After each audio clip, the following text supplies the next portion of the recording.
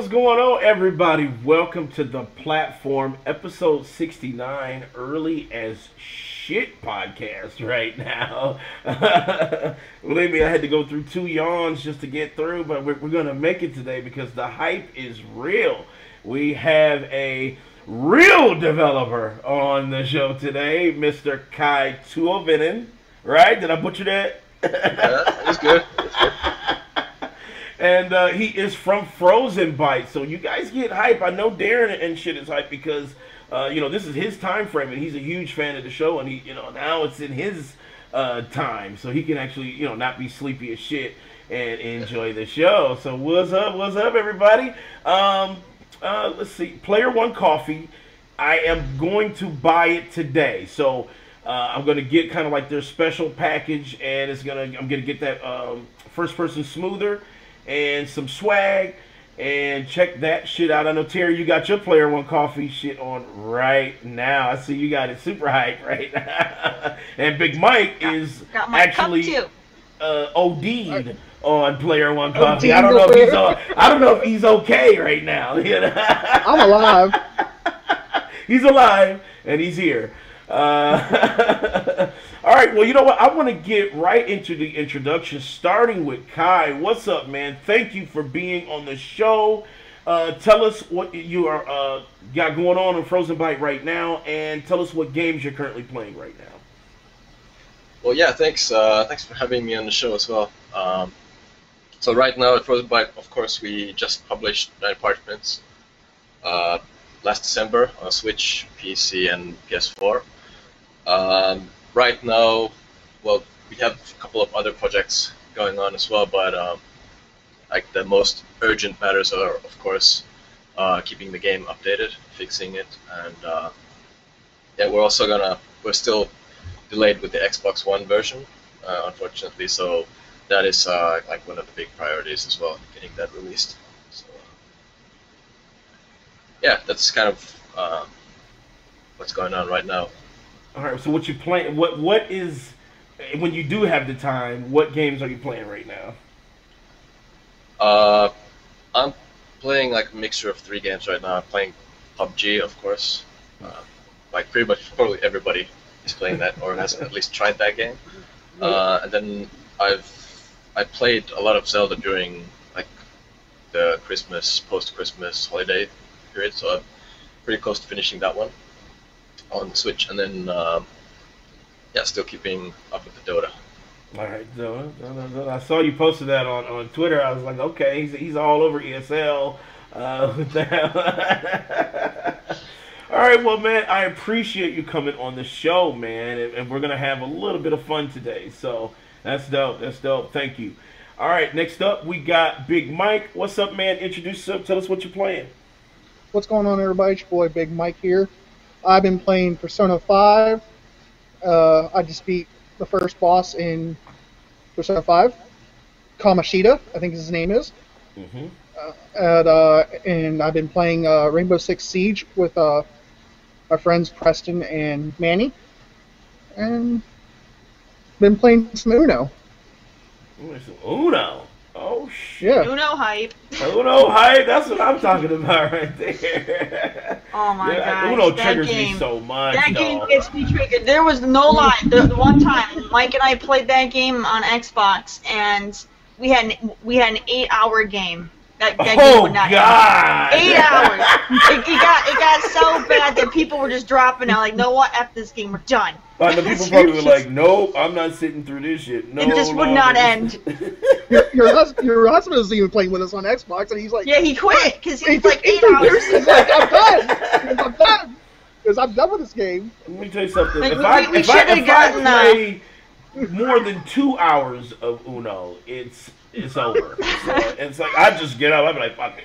This is your card, you know what I'm saying? You can have it, you know what I'm saying? It's one thing to be playing multiple games of Uno in 8 hours, but it was just one hand. It just lasted for 8 hours. Hell no. Yeah, it was so bad. It drawed into her stream. She's like, what am I going to do? I said, we can't just quit. That's true. That's kind of like that. You've already gone so far that now it's like, oh shit, now I gotta carry it through. We were playing for like 2 hours, and I was like, I have to stream. Like, well, I guess I'm not playing my scheduled game. We're just gonna be doing Uno. So another 6 hours in, still playing that game. Shouts out to Dare, shouts out awesome. to Pudsey, shouts out to John. You guys are in early with us today, man. Thank you guys for coming through. Pudsey says, bloody hell, 8 hours? Are you serious? We should have gotten some I forgot what they call themselves, but the guys that check the for the Guinness. Have one of the guys from Guinness come out and see if we had like a world record for Uno or something, because 8 hours is ridiculous.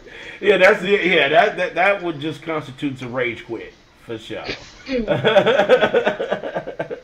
All right. So now, Terry, you are. I know you said you were busy and you didn't get a chance to play anything, but you said you did play Need for Speed. Now, how did that go? I did.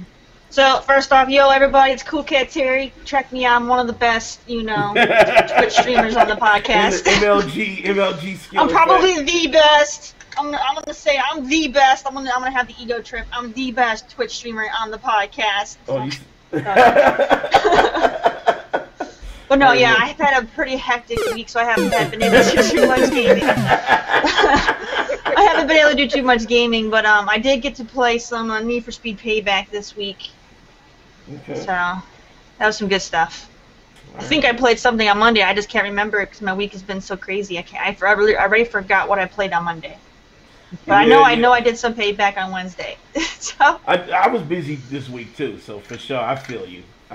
Yeah, I was super busy, but I did I just said, screw it. I'm just gonna get on and play. I don't care if it's late. So I did play a lot. So what's up, everybody? My name is Danny. I'm the host here at the platform, and I've been playing. First of all, I won a game from Terry. So Terry streamed as a subscriber. I won Quantum Break. So I tested that out. Yeah, I probably put in about maybe 25 minutes of Quantum Break. So I can't tell you yay or nay about it because I literally just watched the cutscene. Like, okay, shit. And I got back into Rust, actually, because Rust updated. They're now out of early access and they are official full release. So a little bit of Rust. Definitely Dragon Ball Z, Fighter Z. So I've been playing that. And, like I said, I work a lot, too, so I've been playing on my phone. I've been doing mobile games. I've played this game called MLB Live, Hyper Heroes, and Dark Moon. So those are the games that I'm playing on my phone right now. So, all right.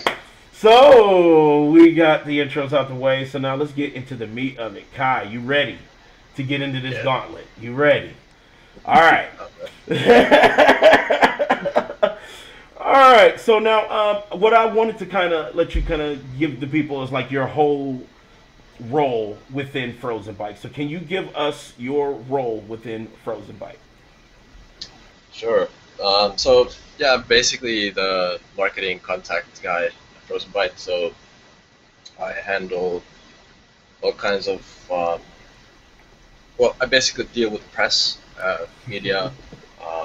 Social media as well a little bit, and so I take part in all the events, manage the kind of small marketing team that we have here, making all the trailer materials, basically anything that goes out into the world from our games somehow goes through me, and also communicating with our partners like platform holders like Nintendo, Sony, and Steam, and those kind of guys. So a lot of business stuff as well, on top of like day-to-day marketing and marketing planning. But yeah, that's pretty much my role. So when you called Nintendo, was it weird? Like, did they make you go through like a Illuminati handshake, or like how did they? Yeah, that's what I want to know. Like when you call Nintendo, is it like, does it go to a number that goes to a number, and then it's like, Reggie picks up and goes, "Oh, hi." I mean, like, what is that call like? Well, we don't really call them. We mostly email them. Or meet them at some events. So Illuminati confirmed. Okay. There might be a secret handshake. Oh shit, I don't know. I don't know. You know, I heard Nintendo is like when you try to communicate with Nintendo, it's almost like nervous and scary. You know, because of all the secrecy. Because you know they don't like they don't like trying to leak too much information. So it's like when you get in contact with them, they're like, oh no, you know, is there anybody else on the phone with you? You got me on speakerphone? You know, turn that shit off. So I just wanted to know if that was true or not. So you said email is the only communication you have with Nintendo right now. Is that what you say? You said email is just the only communication you have with Nintendo right now? Yeah, well, mostly, yeah. Mm. We don't like phones either. So. What about Sony? Is Sony more open than Nintendo as far as like communicating with them about for anything dealing with marketing? I think they're about the same. Really? Well, yeah. Well, I think lately, well, with our latest game, I would say Nintendo was a little bit more. I would say like open to showing our game at different events and things like that, and Sony has probably, in terms of indie games, been more focused on games that do like the PSVR, I would say, instead of just like the regular games. So, 9 Parchments VR? Is that what we're working on? Did you give us a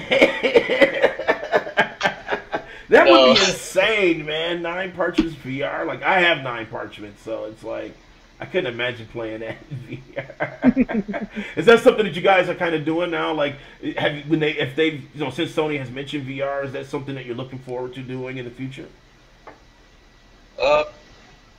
Yeah, we have experimented with all the different VR headsets and controllers and everything. So, Cool. not with any of our current games, but there's, we try to be sort of up to date on it. All kinds of new tech, and VR is one of them. So we are, looking forward to trying out different things in various projects. What about mobile support?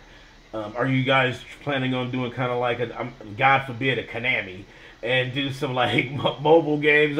Is that something that you guys are kind of looking forward to doing as well?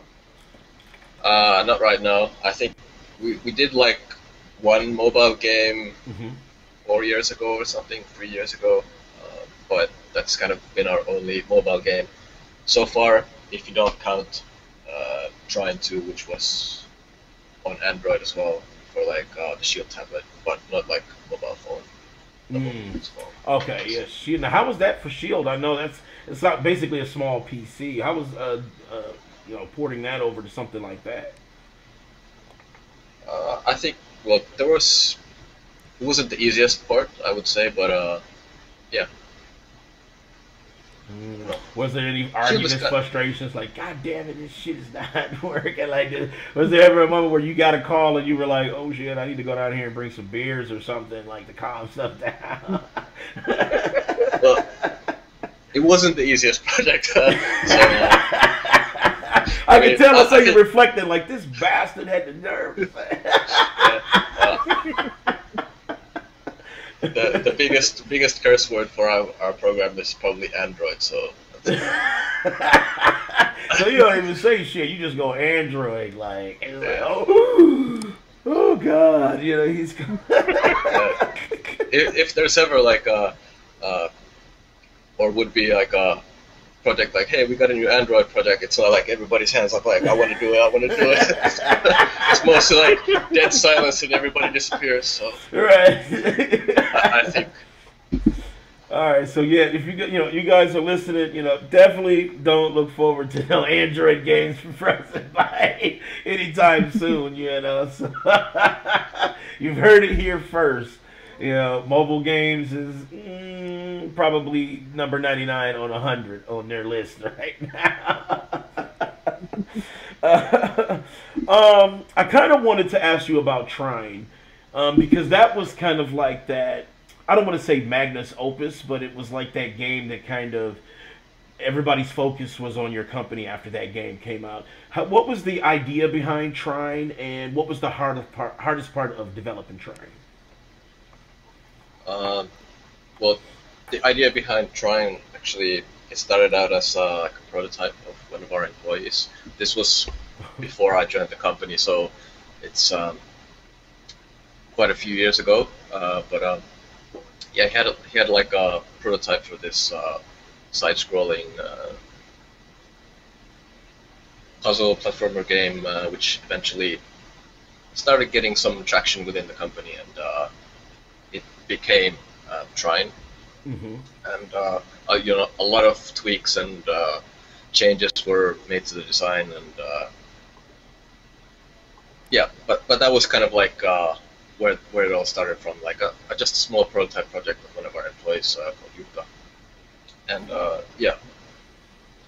Now, was he hyped when you know he heard the news that it was going to be kind of taken to a full scale? Like, was he like super excited, like teared up, like, oh my god, you know, one of my ideas is making it? I don't know, probably. he just didn't do it. He cried in the car. Okay. You know, because I'd have been hype as shit. Like, I would be like too hyped knowing that like my idea, you know, is getting grown to something in a full scale. And you know, trying, you know, the game itself is just like amazing because it's like a side-scrolling platforming puzzler type game, and you all kind of have to work together to kind of get through it, especially on the multiplayer side. What was the hardest part of developing for that? Was it like just keeping the pacing of platforming elements, or just getting it on certain systems? What was the hardest part of that? So you're talking about the first try? Yes, first try. Yes, because I read a lot about the trials and tribulations, so I just want to dive a little deeper in that. My guess would be like getting it working on consoles would be the most difficult for try one. And then if we're talking about all the future tries and, well, later on trying one as well, the online multiplayer has always been like sort of the hardest part in terms of getting it working with the physics, and then like 3 players manipulating the environment. Right. It's like okay, player 1 jumped and everybody sunk through the bottom of the screen. It's like, oh shit, you know. It's I feel it. I know how sometimes getting that online architecture could be really, really difficult. You know, a lot of companies, a lot of developers have their same woes about it. So, you know, it's weird. Like, and I know on your guys' scale, did it cost a lot of money to kind of deal with some of the online pitfalls, or was it more so programming? It was mostly just getting the programming right, and yeah. Okay, yeah, because I know a lot of devs say that too, like the programming, getting the scripts right, trying to make sure shit communicates with this and that. So, you know, it's just very interesting to kind of like see that, you know, hear somebody talk about that behind the scenes and the struggles with that. Let me see. I have a question real quick. Okay, I'm going to interrupt you, Danny. For Trine, I love Trine. I think that it's a fantastic trilogy. I absolutely love them. Trine 2 was actually my introduction to the trilogy. It's the first one I played because at the time, PlayStation had a thing where they were giving it away for free for Plus individuals. So I ended up grabbing it, tried it, loved it, then I ended up buying all the other ones. Now, the PS4 for Trine 2 introduced I believe it had like a 3D mode. Is that something that you guys would try doing for more games? Because I personally love 3D mode. I know it's not that popular, so I don't know. I thought Trine is such a beautifully colored game that having the option to flip it into 3D mode and just have that, it's just made it so much better. And I know that it's, especially how technology has been improving over the years, especially for consoles, it just would look so great to see, like, maybe if there ever is, let's say, like a Trine 4, or if Nine Parchments gets, you know, like a 3D mode, or if there's ever a sequel to Nine Parchments in the future, like, it would look beautiful like that because the colors are so bold and bright and vibrant. It would just look beautiful. So is that something that would be considered, or is it just it didn't do very well, so there's really no point in doing it? Yeah, I mean, we got a lot of praise for the 3D, so the stereo 3D was always something for Trine 2 and Trine 3 we kind of saw as like it's nice to have, but I don't think it ever like attracted huge masses of players just because it has 3D support. But it was nice to have it. So I actually don't remember the reason why we didn't have it for 9 parchments. But it used to be a pretty standard feature of our editor, like the software we used to build our games. So yeah, I don't remember the exact reason why we didn't have it for 9 parchments. Maybe it's because there wasn't so much depth as in the Trine games with backgrounds, or some technical stuff. But yeah. Now he has to go make that call and say, "Oh shit, guys, we gotta go to work on 3D mode for 9 parchments," and then all they're gonna hear is Android, Android, Android, Android. Do you know, is there a reason why Xbox doesn't do a 3D mode? I mean, they have a 3D Blu-ray player built into their console, yet they don't have 3D modes for any of their games. I actually don't. You know, we gotta find out why. Because, like, I'll go and I'll play, you know, like, Trine 2 or, like, Pinball on PS4, and I get a 3D option, but then if I go and play the exact same game on Xbox, that option's not there.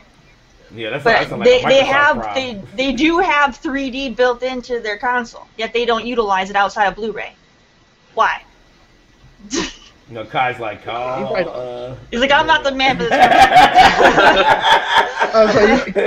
I'm not the guy you think I am. Yeah, I can't tell Microsoft. I would say that's a question for Xbox. Yeah, I would say that's a question for Microsoft or Xbox. It's their platform. All right, if there's a marketing person from Xbox that happens to leak into this channel by accident, answer the damn question. Please, you know what I'm saying? Because you don't want to lose a life, so you need, you got 10 minutes to answer her question. Are you gonna lose a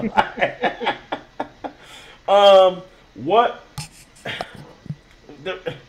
I don't want to skip ahead here, but there's some things I kind of wanted to get with, and DLC for 9 parchments. Somebody wanted me to ask you that. Is there any planned DLC for 9 parchments?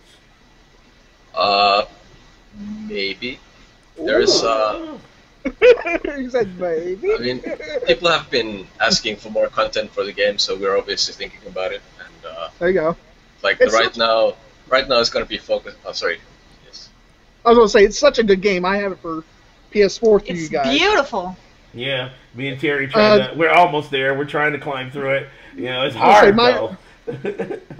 Yeah, because my only complaint about the game is where if I like play with Cool Cat Terri or Terry over there, we have to start all over again on the PS4. Yeah, like we got literally halfway through the game and then we stopped playing, and then there was an issue where if we wanted to play co-op again, we would have to start from the beginning. The only way we could continue our save is if we played solo, and it's like, well, so yeah, we literally, I have not finished that game yet because every time I've had to start it, I've had to start over. So I haven't gotten past the halfway point of that game. But I'm looking forward to see what happens on the second half because it is such a beautiful game. You know, and I want to try, get Rodolphus unlocked because he looks amazing. And they keep talking about him so much in the story. I want him. They keep talking about him in the story, so it's like I gotta get to the point where I get him in the game. Jeez. And another great game I've been playing from you guys has been Heroes on the Nintendo Switch. Such a triggering game. Like, I know it's hard, man. Look, they don't make easy games like that. You know, it's easy. Hard. Hell no. Try hard as shit. I'll get to like the second stage of the map, and all of a sudden, like all these enemies come at me and like kill me. Then you have to start all over again at the beginning of the game, there, Danny. Yeah, see, that's what happens. You got to get good. Yes. Ain't that right, Kai? That's what it is, right? You got to get good. I love the game though, and the strategic feature of that. I think it's so cool. Yeah. Yeah, Has Been Heroes is like it's my favorite Frostbite game. Yes. Okay, all right. Because I was going to ask you that. You know, so Has Been Heroes is your favorite right now, but that shit is hard though. Like I was watching some streams on it, and dudes was raging, like, you know, because they were getting wrecked. So what's up with that? Like, how? Exactly. Let me get to that. Yeah, how has been the whole reception for Has Been Heroes? How has the overall reception been for that game? It's a little bit mixed. Press and like the reviews didn't quite like it. There are some exceptions, but mostly it's like people didn't get it. The what's it called? The tutorial was a little bit non-existent in the game, so it didn't teach you much, and then people kind of quit after not progressing very much in the game. But then on the player side, there's lots of people who really enjoyed the game for its challenge, the difficulty, and yeah, that's what it's all about. It's about us players. You know, we actually play the game. You know, the critics, they're like, you know, you have all those outlets, and they're like, it doesn't cater to my interests. It's like, who the hell do you think you are? You know, you're not. Are you gaming it up? Are you really gaming it? You know. Yeah, I absolutely hate it. Absolutely hate it when people will judge a game that they haven't even played themselves. I hate that. It's like, try it yourself, form your own opinion. Yes, you have all these outlets with game reviews and stuff that they can do what they want with their opinion, but just because that person who reviewed it did not enjoy their experience or did enjoy their experience doesn't mean you will. Play it yourself, then decide whether or not it's good or bad. I just hate it when people judge something they haven't tried. Right. Frozenbyte is not going to be like, you know, some of these other companies and pay for good reviews. You know, they're gonna, you know, they want you to play the game. You know what I'm saying? They want you to play it, test to give you an honest review about it. You know, I did notice that. Go ahead. I was gonna say I did notice that was some good reception for Has Been Heroes, though. At least on the player side, I have noticed that because, like I said, there's a lot of people streaming it and stuff right now. You know, because of all those challenges. So, you know, I think it's doing pretty well as far as just us players. I have seen some mixed reviews on it, but I was gonna pick it up today because, like I said, I got a little bit of extra money today. So I'm gonna do a little bit of spending here and there. So. I already have Trine and 9 Parchments, but I'm gonna get Has Been Heroes today as well, and see what the trigger is all about. I would definitely recommend you there, Danny and Terry, to pick up Has Been Heroes and give it a shot. Especially Terry. I know she likes to get triggered, and she'll like flip tables. Right. I take trigger to a new level. I actually got so triggered playing a game once that I rage deleted it on stream. Right, they reinstalled it the next day. Like, oh. Shit. No, I didn't. It's the no. It was Psychonauts. I got all the way to the end of Psychonauts, and I got so triggered. I just deleted it on stream. I'm like, nope, I'm never finishing this game, and I still haven't. And I don't intend to. I will play Psychonauts 2 when it comes out, but I will never finish the final boss fight of Psychonauts because it's just not worth that hassle. Okay. Kai. Rip. Question. Now, this is kind of like a personal question, because I know you're on Twitter a lot. Has there ever been that moment where someone sent you a comment or sent you a message and it was like super shitty and you just had to reply, like, you know, they just said something that was like not true about one of the games you're developing, they just went like way off? Has there ever been that moment where you lost it and you actually maybe not really snapped but like got into it with somebody, you know, online? Has there ever been that moment? I don't think so, no. No? Okay, so you're pretty well controlled. I'm pretty calm and collected, so that's not really. amazing. I mean, there's, you know, obviously, I think I speak for pretty much all the game developers out there. There's always some kind of negative comments or, you know, some people who talk shit about your game or don't like it for some reason or find something, you know, that they hate about the game or something. But you know, I don't really let it get to me at all. So you know, there's people who like your games and people who love. There's people who don't like your games and then people who love your games. So it's always like a balance of people. So that's true. That's true. Because for every trollish comment, you have that comment that says this is, you know, an amazing game. I love it. I've already got 50 hours in. You know, you have those type of comments that, you know, drive, you know, most devs to continue on. Now we had Peter Ryan from a Pyragon Games. He did the game Silhouette. I don't know if you're familiar with it. Now he got triggered. He said he got into it. Somebody had said something about the game, and he said he lost it on this dude and called him like a fuckhead and all this, and I was rolling. So I just kind of like to see if if you had a breaking moment, because we all do. You all get on. We get online and we see these trolls, and they're just saying shit to be saying it. And it's like, I just want to pick your brain on that and see. Okay, so you're calm, so you do not get triggered very easily. Maybe if I'm playing some games, then maybe there. Okay, so it's different. So when you in PubG and it's a 1v1 situation, and all of a sudden you die by the storm or the closing circle, that's when we see Kai rage. That's when we see it. Okay. Ooh. I'm gonna have to set you up for a moment. We're gonna have to. I know that button to press now. And you already. I don't see how anybody control, anything negative about the Trine trilogy or Nine Parchments. They're so well done. It's like, even if you don't like like a twin-stick shooter or a platformer or a puzzle game or whatever, if those aren't your thing, even if you don't like those, you should still be able to appreciate how well done the game is. Yeah, because remember we were playing the other day, Terry. We were playing Nine Parchments, and we had to stop. Like we were playing the game, we had to stop and just like look at the scenery, like the water effects. We did that multiple times. Yeah, we did. We was like, hold up, we would just take out the enemies, and we would just stop and be like, oh, look at the water. Oh, look at that. We'll just stop and like critique how beautiful the game is. It's like we were like, we don't care about the story right now. We just want to, bask in the beauty of the game. Yeah, we were live streaming, right? We're like, we don't care about nothing. Look at how beautiful this game is. It's like, how can anybody not like this game? You don't see games that have vibrant colors like that. Yeah, those colors are just so immaculate. Like, what was it that drove you to kind of make it that colorful? Was it just more so you wanted to stand out? And what was the engine used for the essay from Nine Parchments? What was that engine that was used? So we use our own engine for all of our games. Oh, proprietary engine. Okay. Custom engine, yeah. And the colorfulness and the art style is pretty much that's how our art team envisions our games. It started from the very first Trine, and as Nine Parchments is set in the same the Trine universe, that it kind of follows the Trine style of very colorful and beautiful.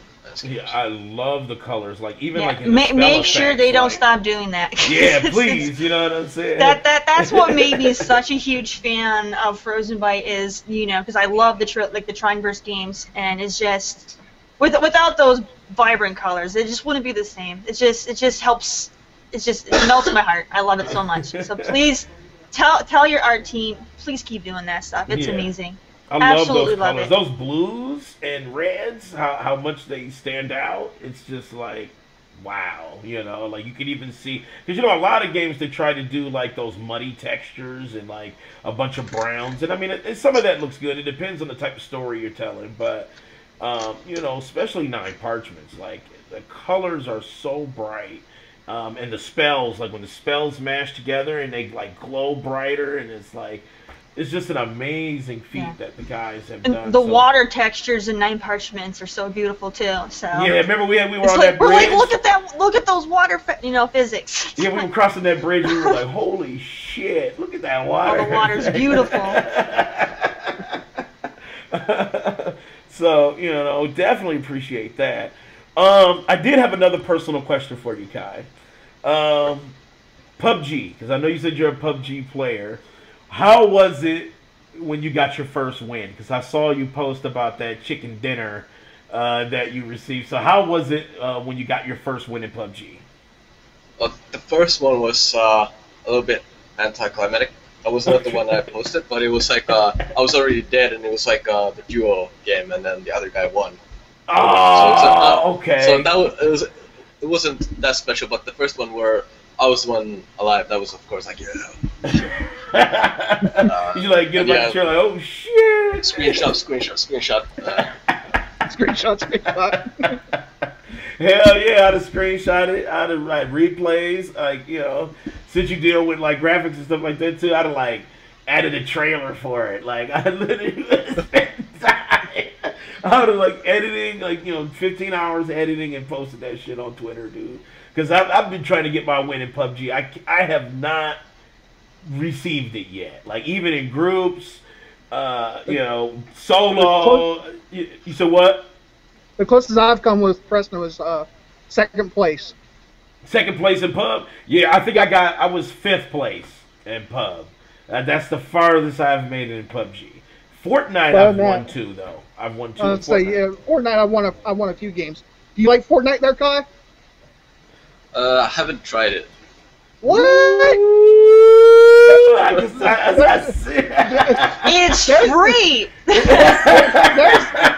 There's that button. There's that button. There's that button right there.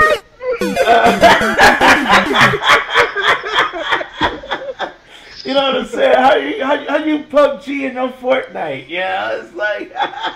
See, I play both. Yeah, I try to run it with both too. Kai. Yeah, because go ahead. I'm sorry, because I'm losing my train of thought now. Because it's early, that's what it is. Pyragon Games. Now, the guy behind Pyragon Games, what was his name again? Peter Ryan. Peter. He is a huge PUBG fan himself, and he actually went and tried Fortnite, and he even said that, as someone who does a lot of like building and stuff as a developer, he said that Fortnite is like the best game when it comes to like the physics and like the mechanics behind like building in the game compared to like other games. There's so many games out there where you have to like build forts and things like that. He said that the way that Fortnite was done is like the best one he's ever experienced. It is. You should go ahead and at least give it a try since the Battle Royale is free, and see and just see if you like it compared to PUBG. Yeah, I'll squad up with you, Kai. I'll squad up with you. I'm the type of person that I get attached to certain games and then I don't want to try anything else and I just play that one game or a couple of games. And if it's the same type of game, then the hassle of switching to the other game and getting good at it is always like sort of barrier. But yeah, that's true because you do kind of lose your bearings. It's like, even though they're similar, like some of the shooting mechanics may be a little different. If I'm pretty sure you're a PC guy when you're playing those games. It's like the mouse controls. Some settings are different between the two. Keyboard shortcuts and things like that. So yeah, I can see why you would kind of like, okay, let me get good at one of these games. Instead of trying to be like a journeyman and try to be good at every damn game. I know you play CSGO, and I always want to test my skills because Terri gets triggered when I mention CSGO because she thinks I will never play that game again. But I want to know because I wanted to test my skills. Can we 1v1 in CSGO? Sure. Ooh, okay. Just name the time and place. Time and place. Oh, that's a challenge. Challenge. Well, you know what? But I have to be at home, so I have my own mouse and all the settings. Right. Okay. All right. Well, look, we will now that the challenge is accepted. Yeah. Now that we have a confirmation, we will probably. I'll try to do it really soon here, so I will get with you, Kai, and we'll get that time ironed down, and we'll stream it. We'll do a 1v1 session in CS:GO, and we'll see. Where those skills sit. We'll test that theory. Money's on Kai. You said what? Your money's on Kai? Just because he with Frozenbyte? Is that what it is? Okay. No. All right. What's your rank? He's got that. He's got that chicken dinner. Yeah, I know. My rank is I got a shitty rank. I think I'm like corporal or some shit like that. I don't know. It's like it's something like that. I don't know. I have to take a look, but so what with my rank? My skills is still there. I play other shooters. Hopefully that'll help. But we'll see because I always like to test my skills. When I see people say they play CS:GO, it always kind of like makes me sit up because like, oh shit, they're killers. If you play CSGO, you're a killer. You know what I'm saying? So, I just want to test that theory. So Kai, we will definitely test that theory. Very, very. I know, Mike, you hype as shit. You can't wait to see I'll that. watch it. I'll watch it. I gotta start practicing again. I only played a couple of games this year, and we actually have a Frozenbyte internal CSGO tournament starting next week, Friday.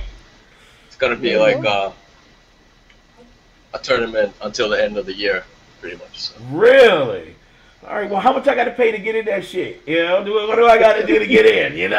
You got to get hired at Frozenbyte. That's all right. You can make me like a central liaison, which means nothing, but you know that still puts my name on the paper. So.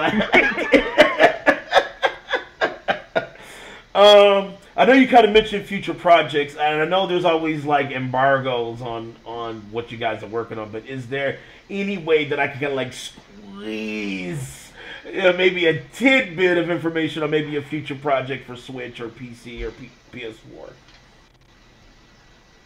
Not yet. No.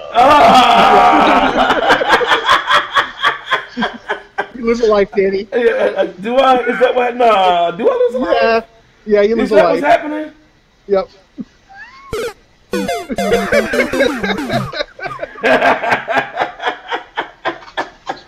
I tried. Shit. You know, everybody in chat's like, do it. I tried. Yeah, I can't. Yeah. You know, when they're tied, you know, the lawyers and all this stuff, you know, you can't really talk about future projects, you know, but can I ask you this?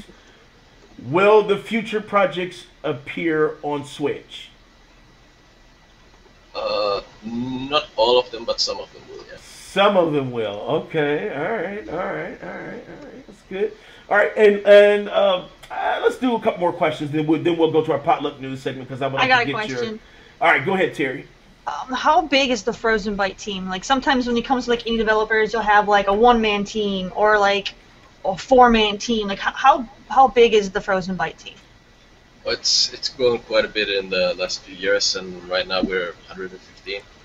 Wow. Nice. Shit. Okay. All right. I have a question. I'm sure it's been answered before. Is Trine and 9 Parchments like tied in the same universe? Yes, he said that. He already said that. Yeah. So and I've told you that even, Mike. Well, I didn't. Yeah, Mike. When we were playing it, I said it took place in the same universe. Oh my! Well, I mean, we googled it, but I didn't know. I mean, I didn't know. You knew it went with the universe, but you didn't know. Yeah. I mean, we knew it took place in the same universe, but the question for that, though, what he should have asked is what timeline? Like, does it take place at the same time as like Trine 3, before the Trine 1? You know, where does it take place in that realm? It's like after the events of Trine 3. After Trine 3. Okay, after Trine 3. Okay, all right. So everything has calmed down a little bit, and now these parchments. I was waiting for you to be like, it takes place before the first one. I'm waiting for the wizard to show up as an apprentice. Young Amadeus, yeah, that would be cool. See, there you go. You can do kind of like a cross series. It's like Trine cross 9 parchments. Where it's like do like a prequel. Make a prequel of the wizard getting started. Right. They just call it one parchment. Yeah, it does make an appearance as the final character.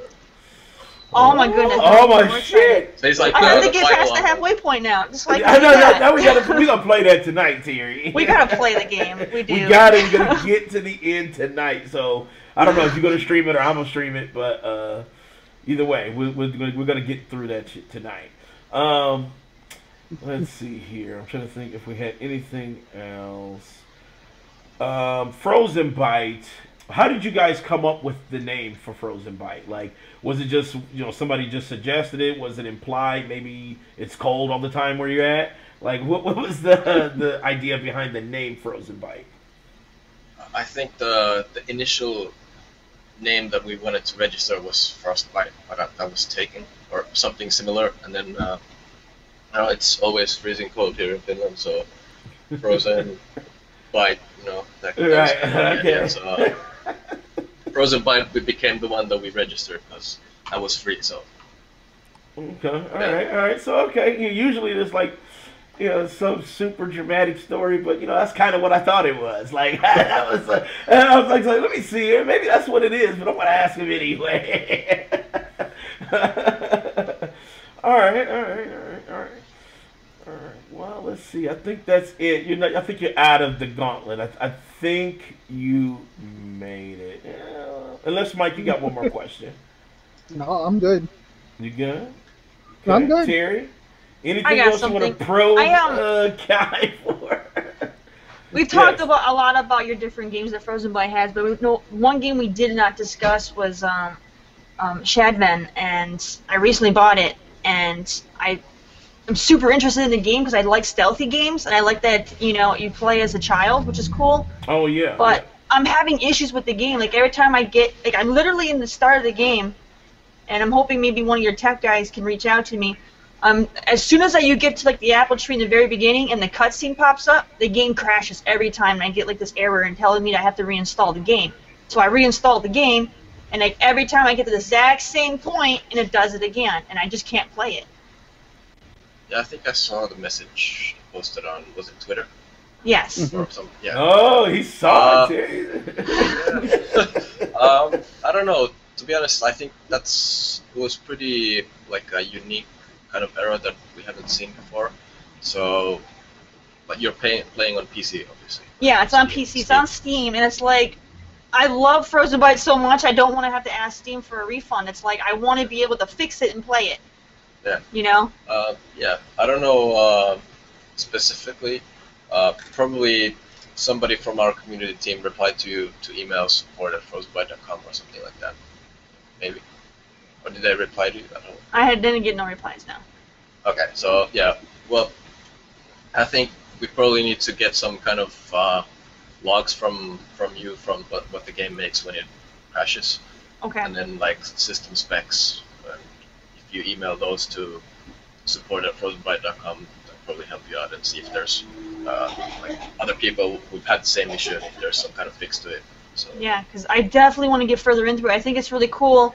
For those of you who haven't played it, if you like stealthy games, you're playing as a child, and time literally stops when you don't move. You've seen that feature in other games, but it's cool. Time stops when you don't move, and so you have to like manipulate the environment to get people to redirect guards and stuff. So I'm literally in the very beginning. I haven't gotten very far because of my tech issues, but I want to see what happens because I do love stealthy games. And this is the first time I've ever encountered a stealth game where you play as a child and not like an assassin or something. So it's definitely something that's intriguing to me. So I want to be able to see more of it. Definitely the mechanic when he moves and it also. So you played the level where you play as the child. Right? Yeah, you play as a child in the beginning, and you have to get to like the cathedral. You get to the apple tree. A cutscene pops up. I hear a few words of the cutscene, and then the game just dies every time.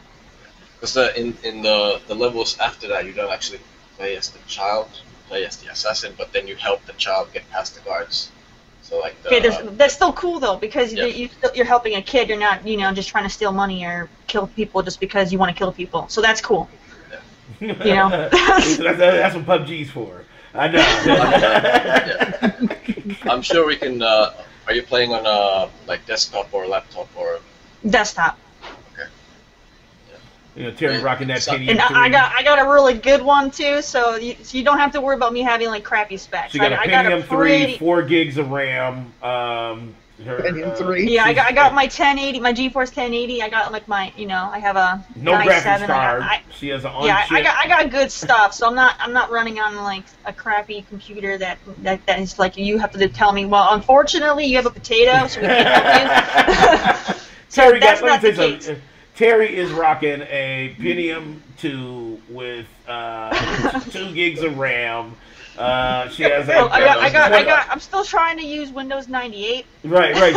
She got Media Center edition. No. I got pretty top of the line hardware in my PC. So I know it's not that. So it's just a matter of figuring out what I need to fix to get the game to properly run.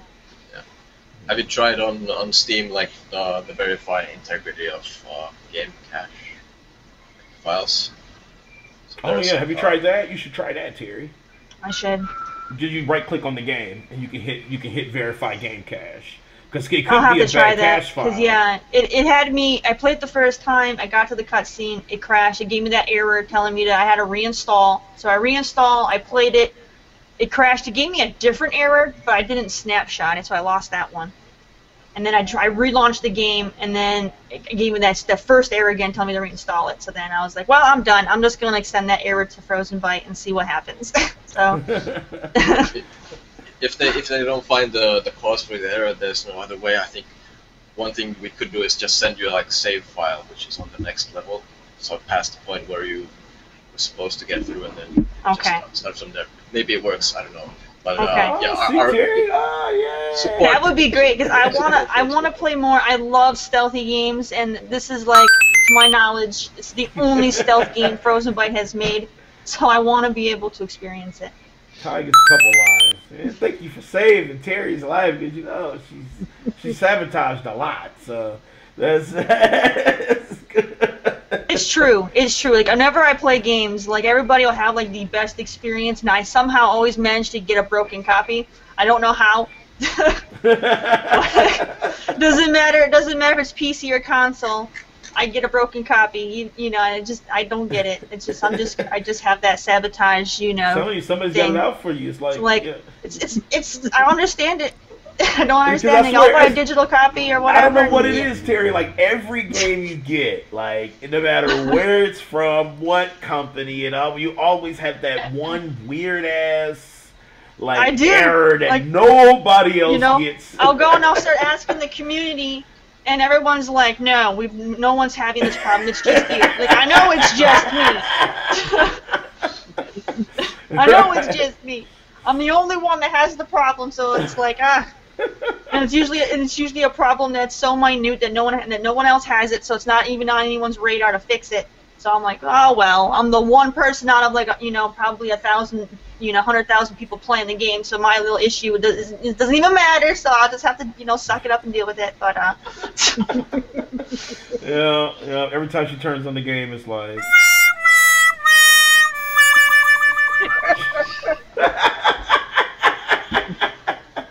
All right. Let's get into our potluck news segment because I'm interested to hear what Kai thinks about some of these topics here. Let's start off with new movie trailers. I'm not sure if you're a big movie guy, but there was trailers for Venom and Deadpool 2.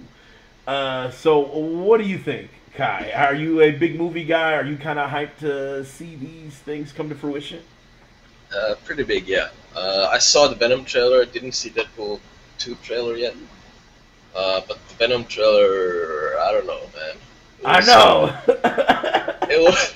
They didn't show Venom himself or like the character at all. They just showed like a little bit of the mutating. They did. It was like his neck got darker. That was it. I was like, you need to show me more shit than that. Like. I don't want, how most trailers they try to show too damn much, but it would have been nice to kind of like see the back of Venom or something, or maybe a quick, just kind of like a quick moment where you could kind of see Venom. That would have been, I think, a better tease than just seeing Tom Hardy, So you have a Venom trailer with no Venom? Yes. Yes. They should just call it Brock. Please don't. If it's like an Eddie Brock movie and it's not Venom, like that would be shitty. Well, see, I'm okay with it. I'm okay with them not showing, what he looks like right off the bat, because you know how Marvel is. They like to show way too much early, and you're like, you see the whole movie through a trailer. That's true. You're like, God damn, I don't even need to go now. I know what happens. I know the people they're fighting. I know how how the battles are gonna go. But I mean, it would have been nice. Give a little bit more of a tease of the symbiote. Thank you. Well, I mean, you do get to see like the in the teaser. That's what it even says. It's a teaser. You get to see like the black symbiote going around him. Man, I suppose. That was bullshit. Don't try to. If it's a teaser, then it makes sense. Teasers are like 30 seconds, but less than 30 seconds. They're super short. They just kind of want to get the point, like. This is a 2-minute trailer of no Venom. Was it 2 minutes? Yeah, it was It like a says That's minute. not a teaser, but- teaser. Teasers are usually super short. Like they'll give you like a quick photo and then like they'll just throw the Right. the name real big on the screen and then it goes black. It's just like Venom. Like that's The it. people Like, doing damn. it is Sony. Sony's doing the movie. Ugh. So, and Spider-Man's supposed to be in it.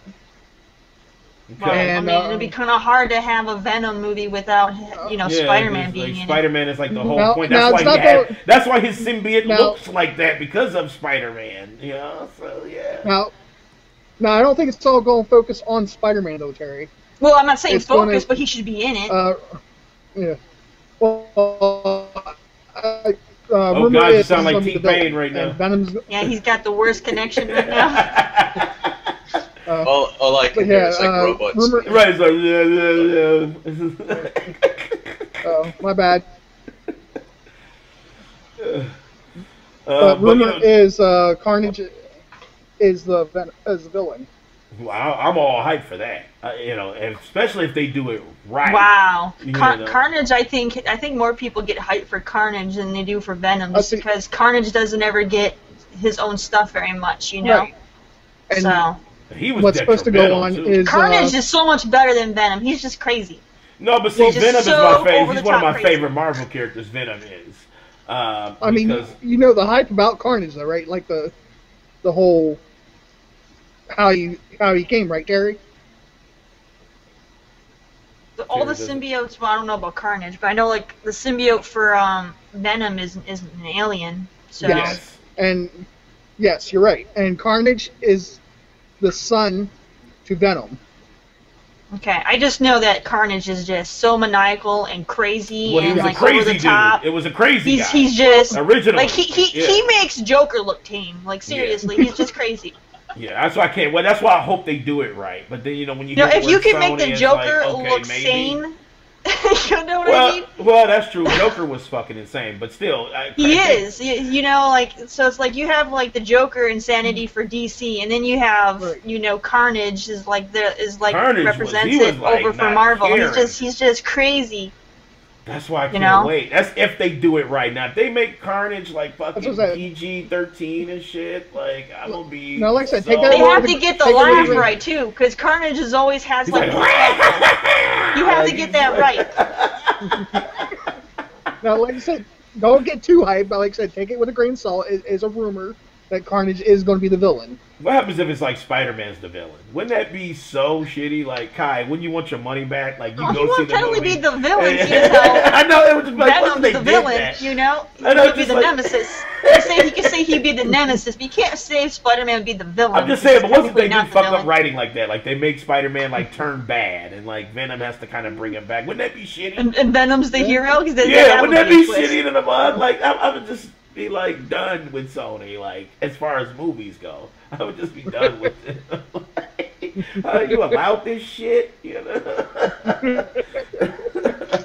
Well, but since Venom technically is the symbiote, they could, because Venom technically he does have that moment where he does take over Spider-Man, so they could make that cross where like Venom leaves Brock and he goes to Spider-Man. And you have, right. You know, because technically Venom is the symbiote, not Brock's character. no, as Brock's the symbiote. character is not Venom. So, yeah, Venom so is the if you- symbiote suit. Venom's right. the symbiote. So whoever he decides to possess technically is Venom. So they could kind of get away with a lot of different BS if they wanted to. Yeah, but please don't. You know, don't listen to her. If anybody from Sony is listening, don't. Yeah, don't do that It's already shit. done. It's already Yeah. done. They got the trailers out. It's already done. But quiet. Quiet's telling us to be quiet. He wants Kai's opinions of this. So. Okay, all right. I'm sorry, Kai. Like, what would you what do you expect from a Venom movie? What do you expect? I don't know. I hope the villain is something good. Mm-hmm. And yeah, I don't Oh. really have that much expectations just yet. I want to see the actual trailer, not just the teaser. So Yeah, see. expectations are still pretty high, but Mm. I don't know what they are. See? He's like, it could. Kai be was like me, I fucked up, can't- It could be dope. I see. Kai was like me. I knew the trailer was coming out yesterday. I kept my expectations low. I'm like, it's going to be a teaser, whatever. I said I want to see it, what they're doing. I'm worried that it's just going to be a really crappily done, comic book movie that they're just going to, pocket roll the name. It's like, people are going to buy into it because it's Venom, and they're going to make their money just on the title and do a subpar movie. I hope not. No, I hope not. That's what I'm saying. I hope Because Marvel has some subpar movies. They're not doing as badly as DC did, but they definitely still kind of cut short on some of theirs that they could have did better. So I'm hoping Venom they're not doing that because there's so much hype for that character. Well, I hope you will go ahead. Which ones did you like from Marvel? Marvel? Ooh. Oh my god, I can't stand You're gonna say there's all so that many. shit. There's so many. He got the trigger. Terry's about to lose Oh some my God. lives. Terry's about to lose some lives. They got some Hulk. They got some Hulk ones that they failed on. Let's see here. I didn't care for the Captain America movies. I didn't care for. I can't stand freaking Iron Man. That guy just want to. I hate Iron Man so much. No, Iron Man is the shit. She didn't like Deadpool there, Kai. Oh no! That's nothing against the movie itself. I mean, that's nothing against the movie. I just can't stand Deadpool as a whole. So that's nothing against the movie. I just hate Deadpool. I definitely that's where my hype levels are for Deadpool. Like Deadpool is one of my favorite characters in Marvel Universe, and that trailer dropped too, and that was so good. Like. I will not watch it. I'm Terry, whatever. That trailer is not going to get a view from me. I'll tell you that. Not unless they somehow sneak it into something. I'm never going to send you that trailer every day in an instant message. Like I'm just going to send you that. You do know, Terry. You said that the last time when.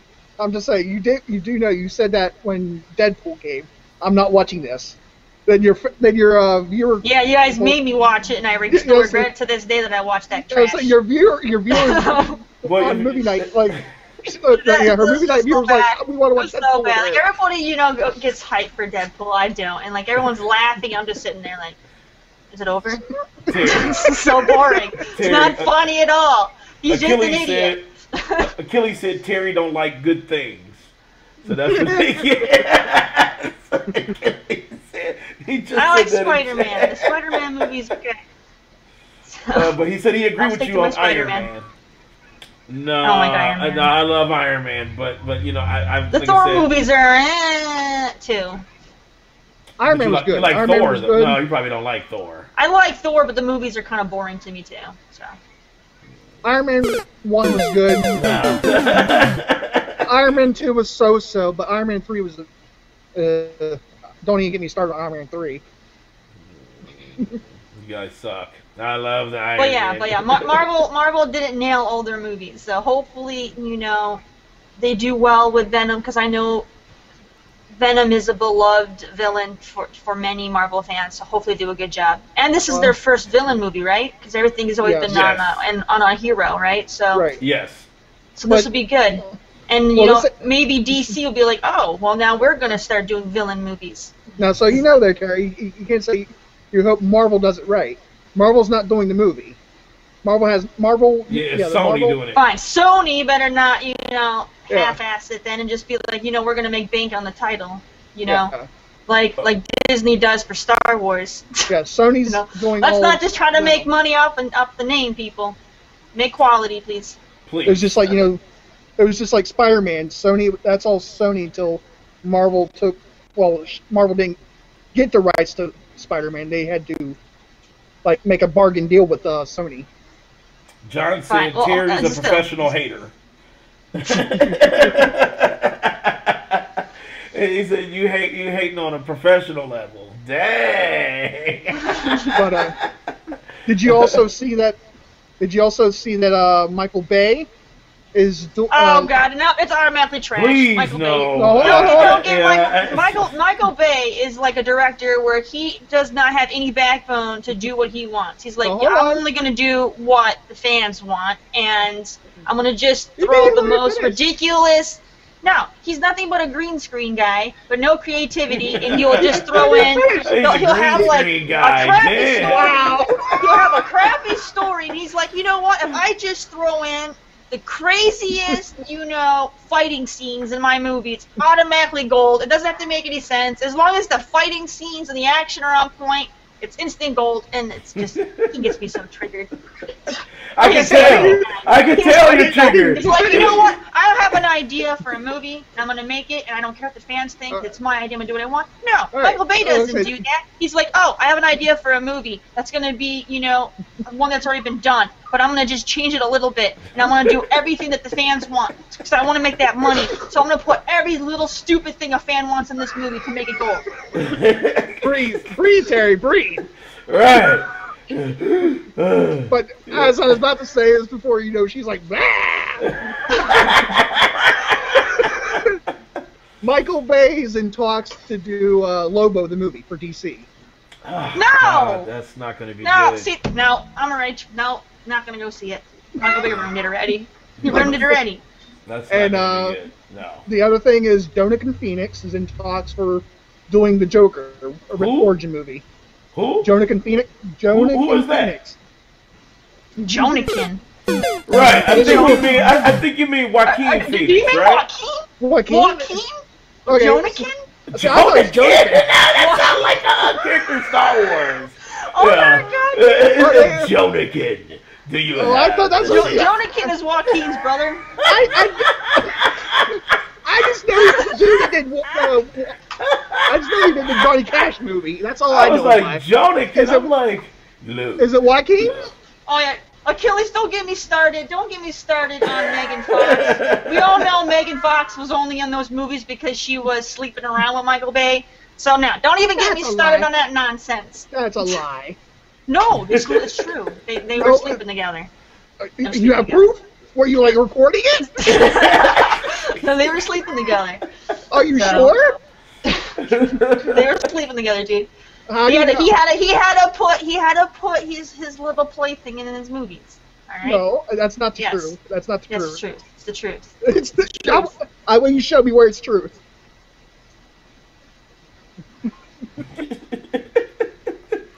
Exactly. It's nothing. It's just there was nothing where in the books, you can't be in the movie because you're just not doing the thing.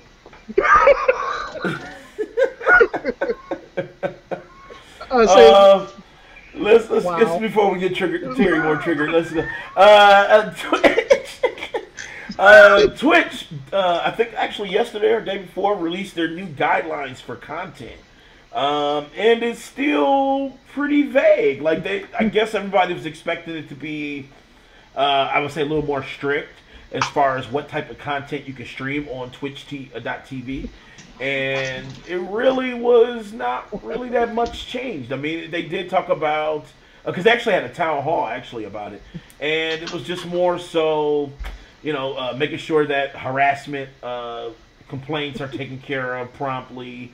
There's no you can't harass channels. You can't have lewd content. They also address some of the attire because I guess there's something called booby streamers. Is that what you were calling it, Terry? Yeah, booby streamers or titty streamers, whatever you want to call them. Titty streamers, where Okay. Of course, Kai, you know what that is. It's just basically the guidelines state. The guidelines state you're not supposed to have anything sexually suggestive on Twitch. Yet we all know that Twitch makes most of their money from those said streamers, and they're gonna give them a passing glance because that's where they make their money. So they're gonna not enforce the rules for those individuals because money's involved, which is biasness. But let me ask Kai. It is. If you make a rule saying you can't have something in your company, then you need to enforce it. Don't be like, oh, this person's making us money, so we're gonna let them slide. Oh, absolutely. That's bias. That's bias. It's titty bias. I don't see hold on. I don't see a problem with it because they're not showing anything but a little cleavage. Kai, has there ever been a moment where you were going through Twitch and you saw, let's say a busty individual, and you stopped and you kind of watched it because, you know, you just wanted to see it, honestly. Has there ever been a moment, this is your come clean moment? I'm not sure if you're married or not, but this is your come clean. Has there ever been a moment where that has actually stopped you and like, oh, whoa, okay. I don't know. No? You know, okay, well, was there maybe a guy? You know, was there ever a dude? Maybe, I don't know. I don't know what your orientation is, you know. Was there ever just a goatee that stopped you in the tracks? I don't know. Yeah. Maybe a two or three? But, okay, look, you don't want to admit it right now. That's what it is. Oh, shit. Good, man. But no, it's just like, all I'm saying is, I mean, I love Twitch. It's a fantastic company, especially since Amazon bought them from Google. They've definitely done some great things with it, you know, so I definitely love the company, and I want to see it, you know, continue to do great things and grow. So I'm happy that, you know, for the TOS that they added certain guidelines, like you know, because of current events, they added things for like swatting and things like that to make sure that, you know, people are being safe, you know. So it's an instant ban, you know, if you are encouraging that kind of behavior. So that's good that they add that kind of stuff in there. But, you know, then when it comes to like the other stuff, you know, they need to not be biased and actually enforce the rules. And they can't say, well, we don't know, because you partnered those individuals, which means you have to screen them, which means you know. So don't act like, well, we didn't know they did that. You had to watch their content to make them a partner. So don't even play that. Don't even play that. You screen them before you make them a partner. So that's true. You know, you know Twitch. So come on, please. Okay. Somebody could get partner, then change their, you know, when they stream. So that's true. It's like a partner now. So here goes some titties.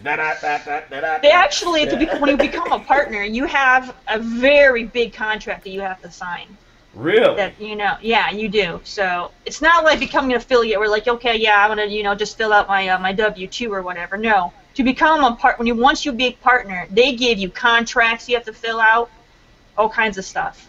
Like, you know what? You can't dual stream, you can't do anything like that. So yeah, you can't dual stream, but that's kind of like, I thought that was always kind even of for an affiliate, you can't dual stream. So like right now, like we're not affiliated with Twitch, you know, on our Twitch channel yet. So like if we grow enough and we can become an affiliate, we won't be able to stream live to both YouTube and Twitch. We would have to like stream live, I'd say on Twitch, and then upload to YouTube. Otherwise, we would be breaking their guidelines. But right now we're doing both YouTube and Twitch right now, so we're live on both.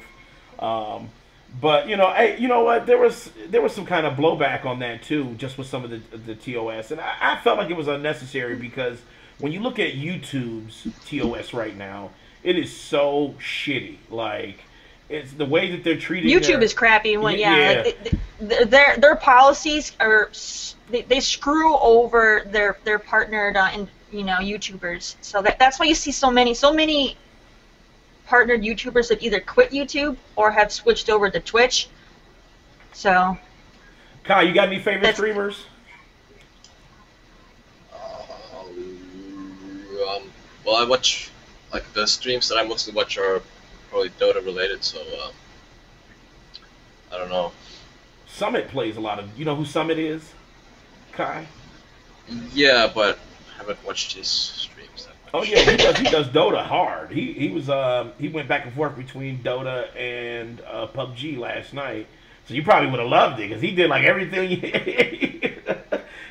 So Summit, I think I saw him play PubG with Shroud.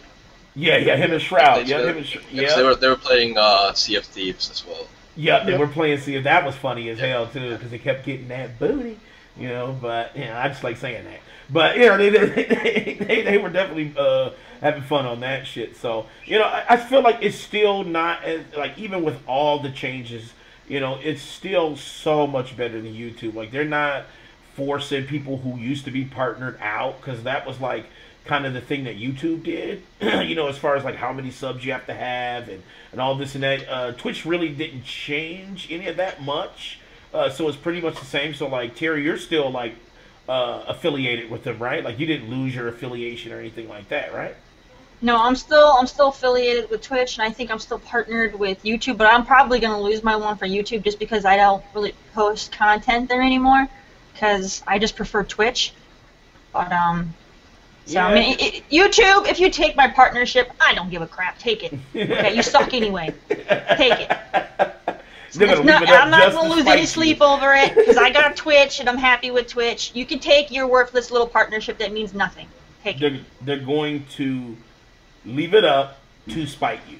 I guarantee it. Hey, fuck Terry. We leaving it up now. Another thing that came out this week was Ninja Turtles. Turtles debuted on Injustice. They showed the trailer of how the inner workings of Ninja Turtles. Now, Terry, I know you're not a big fighting person, but I know you like Ninja Turtles. I love the Turtles. Absolutely. So how did you feel about that trailer? It's like that. I'm hyped for it. I'm like, that would actually give me a reason to go back to playing Injustice 2. I mean, like I said, I'm not big on fighting games, and personally, I had more fun with Injustice than I did with Injustice 2. I think I played Injustice 2 for maybe a week before I lost interest in it. I don't know. I don't know what it is about it. I mean, it's a good game. I had way more fun with the first one. I was able to play that for a couple months before losing interest. 2, I played literally for a week or 2 at the most, and I was done with it because it's like, eh. But maybe I'll go back to it just because of the Turtles. I don't know. Kai, you a big fan of the Turtles? You hype? You got Injustice? I don't have Injustice. No, I didn't see the trailer, but I saw some like short video clip or GIF. How do you? That's another debate. But yeah, I saw like a short clip of the Turtles doing like some kind of combo move in Injustice 2, and that looked awesome. So yes, hell yeah, I'm pretty hyped about that Turtles. Hell yeah. Everybody who's watching right now, for those of you who are TMNT fans and you guys intend to play it on Injustice or whatever, post who your favorite turtle is in the chat, please. All right. Only one. I know you guys are like, well, I like more than one. This one, and this is the reason why I like it. One, dang it. So I already know Mike's gonna be like, well, it's Leonardo and Donatello. No, you have to pick one. I got 2 favorite turtles, Leonardo and Donatello. One. You can only have one favorite in life. Leo's always been my favorite. Fine, I'll take Leo, and then. Yeah, Leo's always been my favorite. 2 swords. I mean, can't beat that. Yeah. All right. If you guys want, I'll make it easier. You could pick your favorite for like the cartoon, and then if you have a different favorite for gaming, then I'll let you slide that way. All right. I'll let you slide that way. So like for me, for like the cartoon, it would be Raph, but for gaming, it would be Donatello because you got to have that reach with that bow staff. Let's see. For cartoon, still Leonardo, and for gaming, I can go all the way back to like Ninja Turtles Tournament Fighters for like Super Nintendo. That was the shit, and Leonardo was beast in that too. And then Ninja Turtles in Time, come on, Leonardo was such beast a great, in that too. Dude, he was a beast in that, man. He had like the 2 swords again, the combos, and then you can like jab your swords into the Foot Clan and toss them at the screen. Come on, man. Like, come on. Kai, who's your favorite? Michelangelo. There you go. Michelangelo. He's a funny dude. He's a funny dude. Like nunchucks, like the weapons, the nunchakus. Awesome stuff. Like I'm looking between the 2 different chats, and it looks like Raph has the most love. I see Donatello, I see Leonardo, I do see Raph. Forget Raph, man. Raphael was always had an attitude. He was triggered all the time. Raph was always triggered. That's why he's my favorite. I can connect to him more. Right. You look at Raph the wrong way, he's only like go off on you. He's a big softy, though. Yeah, he has a temper, but when you got down to it, he was the biggest softy. Especially when you go back and you watch like the old movies back in the '90s, and I think it was the first or the second one. I can't remember off the top of my head. I think it was the first one. You saw his true soft side when Leonardo was taken out, and he had to like recuperate in the bathtub for like a couple weeks. Like you saw the true side of Raph. All right, he's a big teddy bear. Okay. Speaking of the Turtles, I think you're lying. Go ahead. Speaking of the Turtles, did y'all see that they're making another cartoon? Nickelodeon is for the Turtles. Yeah, but that sounds shitty. It seemed like with the what, Mike?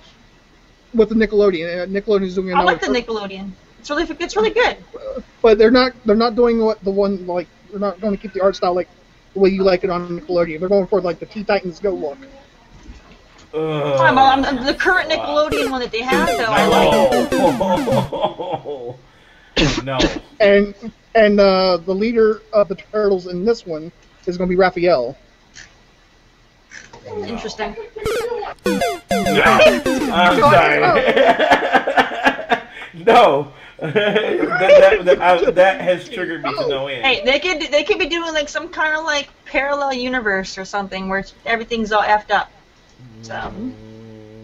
No, I don't think.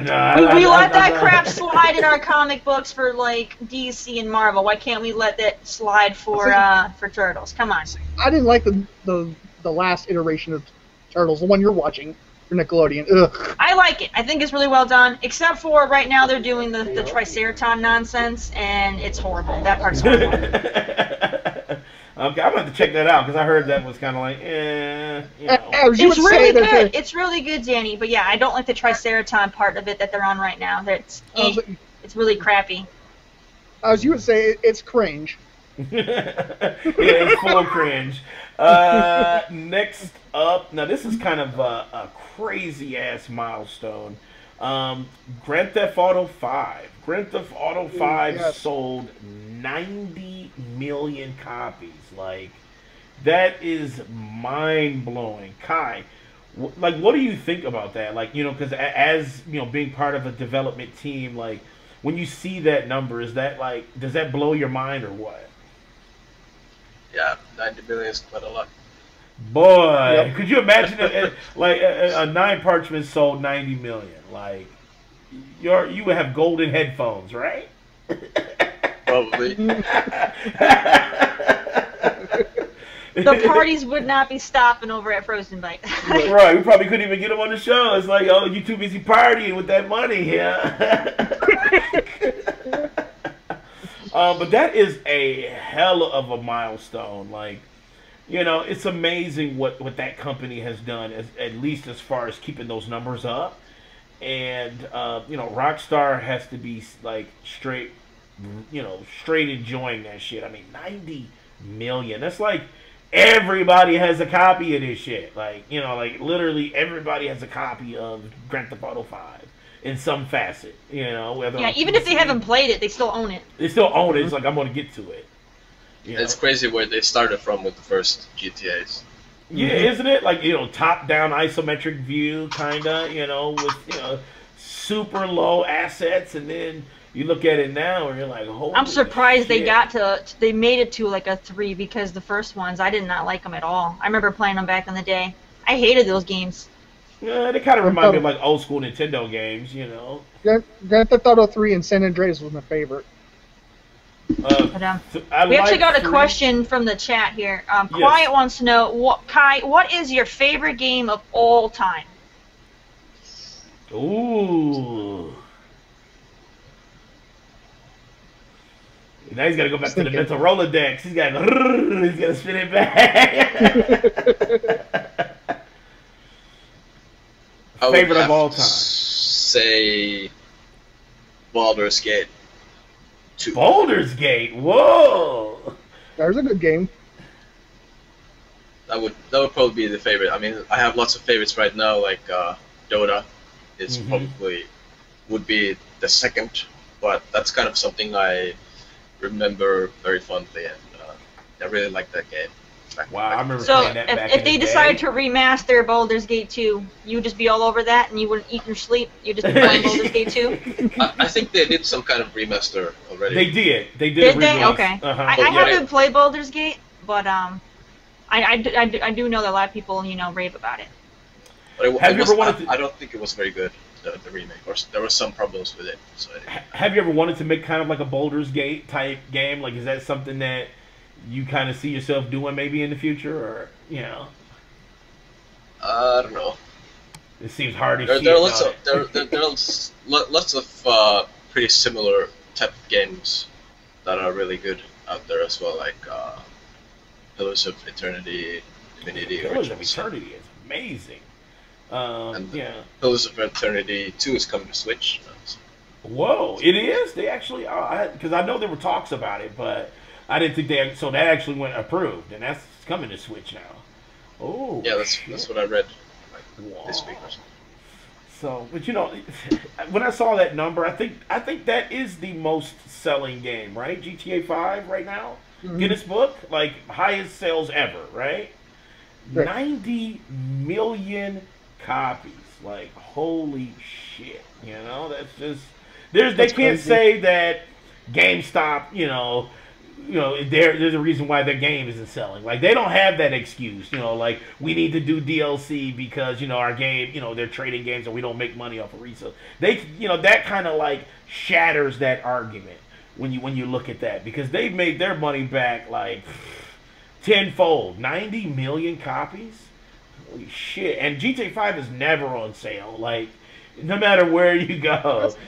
It goes on sale, but it's That's like not true. It's like $53.99 It's never like like, a big sale. It's like, They'll it'd be knock- like $53.99 or like $49.99. Like They'll it's knock not like $10 off or something. yeah. I just saw it on sale about 2 or 3 weeks ago on the PlayStation Store for $29.99. $29.99. $29.99 digital. $29.99. $29.99. Why the fuck you lying? Okay. I'm gonna check that shit out myself. I'm gonna verify that. Next up, we kind of got I would say not necessarily. Well, yeah, it is kind of a sad story. Capcom has announced huge layoffs, especially with like a lot of their studios, and I think they've left only one studio kind of intact, and that was the studio behind Dead Rising. Right. But but they laid off a ton of their workers. Kai, let me pick your brain on that. Like when you hear devs like laying off, especially like a major dev like Capcom or something like that, what's the first thought that pops into your mind when you hear those type of stories?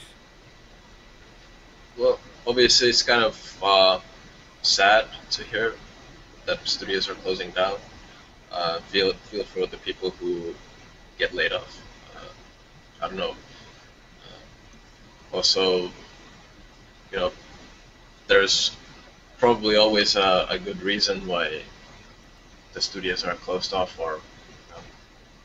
but at the end of the day, it's like mostly it's just like oh shit, what are those good people we're gonna do next? But That's true. The games industry, I think there's, at least here in Finland, we have quite a lot of what's the term?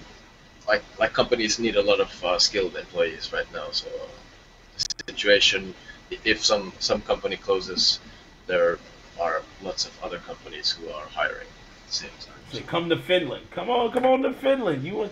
Are you a game dev? Are you listening to us right now? Go to Finland. Yeah, so check out Kai. Holler at him. We got his contact information below. At least his email. So maybe he's looking for people at Frozenbyte. Who knows? It depends on what they're working on, their new projects. If I can squeeze that out of them, but I don't think I am. I don't know if I'm getting that out of them. Everybody still want me to ask you that, but it's like he's not going to tell us. So Capcom laying off, and then there was another sad story too. I think this was in Taiwan, but there was a guy. It's another one of those unfortunate things where the gamer like played for like 50 hours straight or like 100 hours straight without taking a break, and he was in a gaming cafe in Taiwan, and he ended up getting paralyzed. He played for, I think they said 74 hours, and he never. You said what? I'm gonna say for one, my question is, he was in a gaming cafe for 74 hours playing. Yes. What? It's a 24-hour cafe. What cafe stay? Okay, I was gonna say what cafe stays up 24 hours? Yeah. My thing is, why didn't any of the employees be like, "Hey, man, you should probably go"? They did. That was the part of the story. They urged him to break, and I guess that he was there was something that he was doing that he needed to get done in the game. I can't remember what game he was playing. I think it was League of Legends, and he was playing it, and all of a sudden he couldn't get up. Like he just he was stuck in the chair, and the employees, you know, they immediately called, you know, for some medical assistance, and he got paralyzed. He like ruptured his lower back, and now he can't like walk, and you know, it's super sad. Terry, like, what do you think when you hear that type of story? Like, it's super sad. I mean, it's sad, but I mean,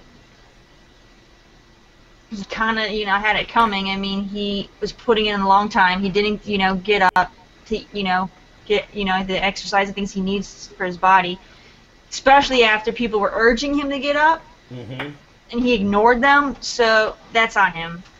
He just had a complete doofus moment, and it paid him dearly. But it did. Yeah, it's sad, but it's like it was kind of like it's sad that it happened, right? But at the same time, you know, he's an adult.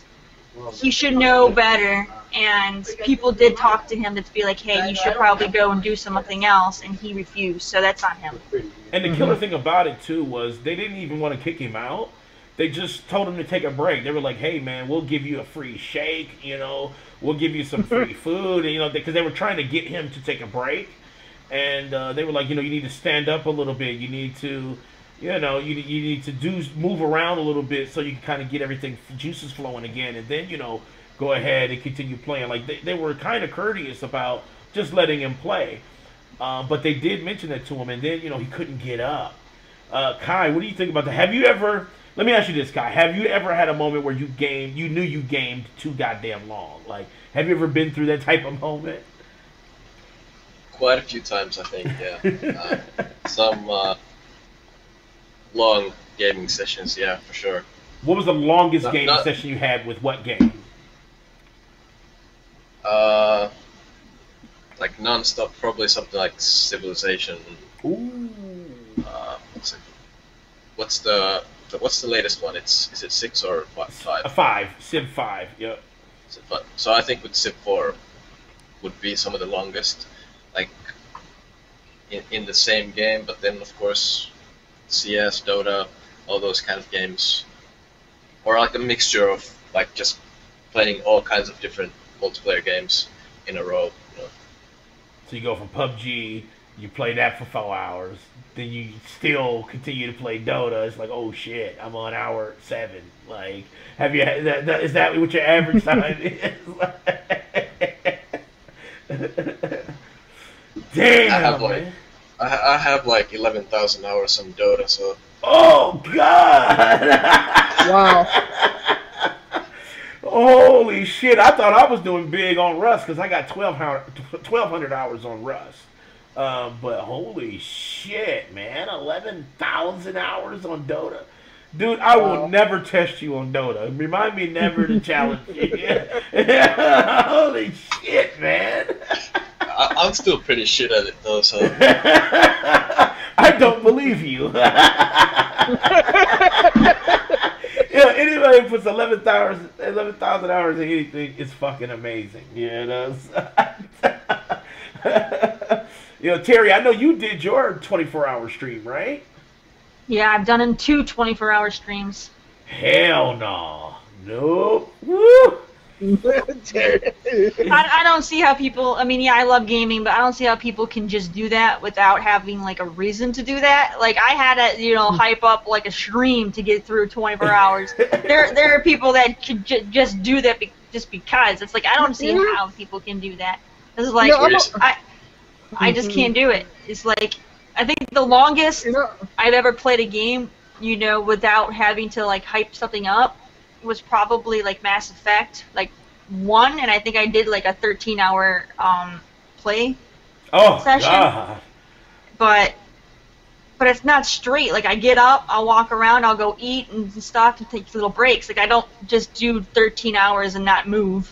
You know, like, I can't do that. Like, my legs start to get, you know, sore, so I have to move around and, you know, get that circulation going. I get hungry, you know, so like, you know, your body needs food and stuff. Like, how do you sit there and not, you know, didn't he have to use the bathroom? How did that guy sit there for 50 hours and not get up? They said he was suffering from toxic shock syndrome, too. when he went. Like, yeah, how does someone just not go to the bathroom? Like, he didn't go like, to the bathroom. He never got up. Eventually, you have to go bad enough to where you have to go. So, like, how do you just like, know what, I'm not doing it, and you had the mindset to be like, you know what, no, I'm not going to the bathroom. I don't care how bad I gotta go. I'll hold I don't see how people do that. I think he had to go to the bathroom. I don't know. Unless it's like the South Park episode where. He likes South Park. Oh shit, he likes South Park. You know, he had to have like shitted on himself, like because you know they said he was suffering from toxic shock syndrome too, and that does come from like not going to the bathroom or you know whatever if you have internal impurities, and that's what it was. He was just really in a bad situation. You know, and it's like, I get it, you know, we all love gaming, but there's a moment where you have to just ask yourself, you know what, I need to just get the fuck up for a second, you know, like, I need to let me just go to the bathroom at least get up and go to the bathroom, because that gives you a chance to kind of move your legs a little bit before you go through another session. Go to the bathroom, get you something to drink, then go back to it. Because you have to have some sort of break. You can't just sit there in that one position. You know, there was a year or so ago, there was another story where somebody was playing League like that, and they actually died. And they died from like starvation. I think that's what it was. It wasn't even like they were paralyzed or anything, crazy. but they died. Maybe from starvation. it would be cool to see games give like notifications, like that would trigger me. Have like. I don't know if they could have some kind of like a timer built into the game itself, sure where if you're playing the game, let's say for like 3 hours straight, have like a timer pop, like a notification pop up, say, hey, why don't you walk away, you know, for a bit, you know? I'm sure they could. Because I know for like on the streaming side, they have stuff like that on Mixer, where notifications will pop up from the streamer, hey, it's time for you to go and eat. They have like a nourishment alert, and then they have like an exercise one for you to go stretch. So Mixer has made that step to get people to know, hey, you put in too much time. Maybe you know, because some gamers, I guess, are just addicts and they have an issue that they need to be reminded. Maybe things need to get put in place for them. I actually think the Wii did that a couple times. There was a few notifications for the Wii. Yes. I mean, I've played games where like as soon as you boot up the game, it'll be like, hey, make sure you take a break or whatever. But you see that only for like 2 seconds when the game first launches, and you already forget it. You know what I mean? There was a few games for the Wii that I used to play. You boot up, it says check your surroundings, and after you like played 30-40 minutes on the Wii, on like certain Wii games, it would say, look, you need to take a break. You know what? Bleach did that. The one for you know what? Wii? That's cool. More games should maybe try to do that.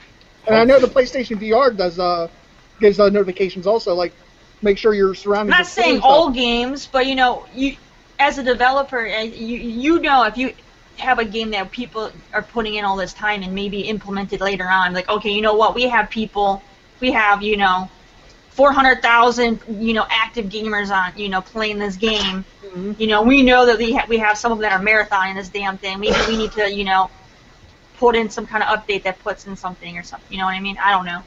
But what's up, D'Angelo? What's up, man? Thank you for coming through. But yeah, for sure. If you got just final word on this. You guys, if you plan for a long time, just take a break, man. It isn't worth it. When you know that round is over and you can get up, get up. Don't just try to push through. If you're playing Fortnite, like I guess D'Angelo playing, if you're playing Fortnite, you get wrecked immediately, then get up. Just don't try to queue into another game. Get up, stretch your arms, get something to drink, then get back to it. It isn't worth your health trying to frag someone. Even though it's fun, it's still not worth your health. All right, so we have made it to the final round. Go ahead, Mike. I was going to say, I don't know if you noticed also that yesterday, Bethesda confirmed that there's not going to be an Elder Scrolls 6 this year. I kind of figured that. I mean, they didn't really have any. There's no way they would have one pop out when they haven't had any info on anything. They're too busy remaking Skyrim. Shit for everything. No, they said they got 2 main games. They're they're working on right now that's going to be coming out this year. Okay, well that's cool. I mean, They didn't say what games, but they said they got two main games they got to push out. Kai, you a Skyrim guy? You like Skyrim? I'm getting some bad network conditions. Yeah, it's kind of Is it for me getting a too? little choppy. But I think weren't they working on something for Dishonored or something? Dishonored, I think, sorry, put their DLC out. Did they? I remember at E3 they had something for Dishonored or like that they were working on. So I don't know. Maybe that's already done. But That's already done. All right, then I have no idea what projects they're working on that would come out this year that they haven't even announced and like marketed. I'm sure we'll see it at like E3 or like hear what they're working on at E3 this year coming up. Speaking of E3, I mean, you can go buy tickets right now for E3.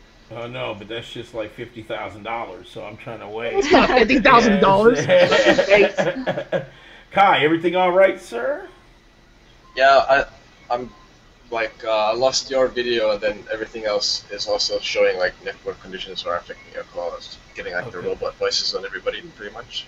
Oh, that's messed up. Hold on, let me see if there's something I can do on my end. Let's see. You know, Danny, I think you should lose a life. But no, it's not me though. Hold on. No, you need to lose a life. This is why. Because you're the host, and you're not even on camera. I know, but here's the thing, though. The host isn't even on camera. My wife texted me and said she needed to come in the room.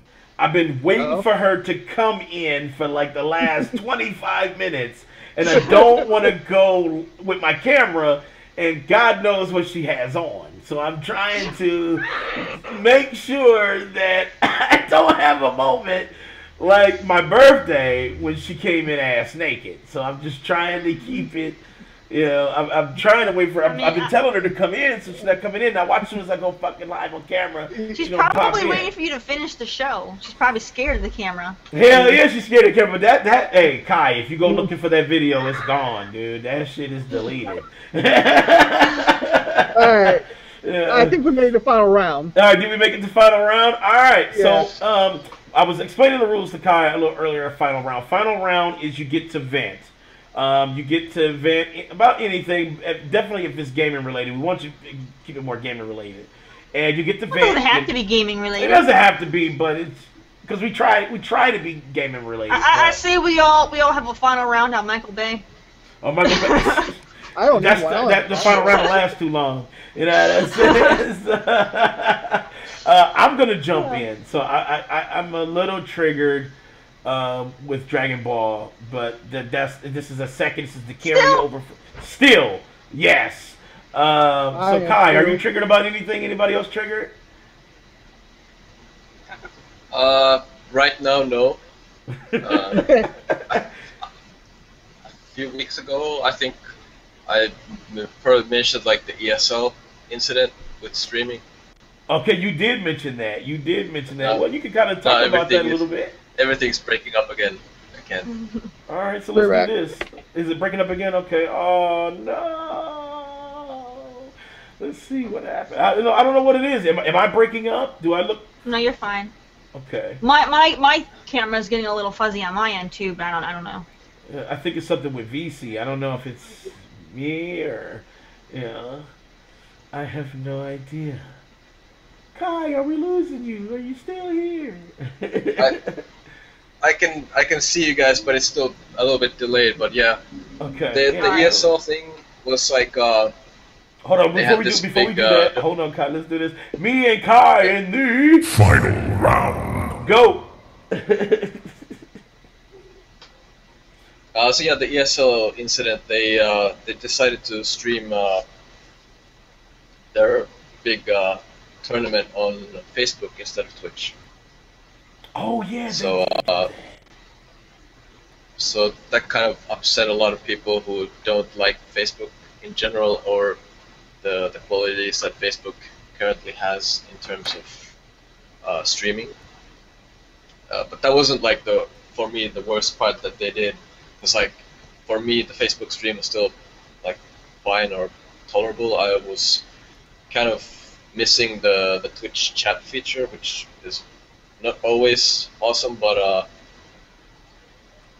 yeah, the problem was that they didn't, or they started like doing these DMCA takedowns of like community streamers who were streaming the games, but not the actual, the event itself, or not even using like the host of the event in their own stream. They were just watching the games from the Dota TV client, and yeah, they were taking those guys down with So like copyright crazy. notices. And then they didn't. The way they kind of handled the messaging was like, yeah, we're right, you're wrong, and this content belongs to us, but it's like not really theirs to say. Damn, that's terrible. So they were taking some of the streams down, even though it was actually a valid shit. Like they were actually, people who are actually watching it, they were actually taken down for the competition. And what was Facebook doing it? Was Facebook flagging those? I didn't catch any of that. Sorry. Because it's breaking up. No. Let's see. I don't know what it is because it's like I got Mike. You're green. I think Terry. Can you hear me now? Do I sound okay now? Oh, probably not. No. Well, you know what, Kai? Let's do this. I'm gonna drop you out and then I'm gonna call you back. I'm gonna drop you out and then bring you back in. So give us a second here. Let's do this. Drop out. Let's do that. And then... All right. So while Danny's working on the tech issues, right. For those of you who watch Twitch, I don't know if you guys may have noticed there was a temporary blackout on Twitch the other day because Dr. Disrespect made his big comeback and he overloaded the Twitch servers and killed it.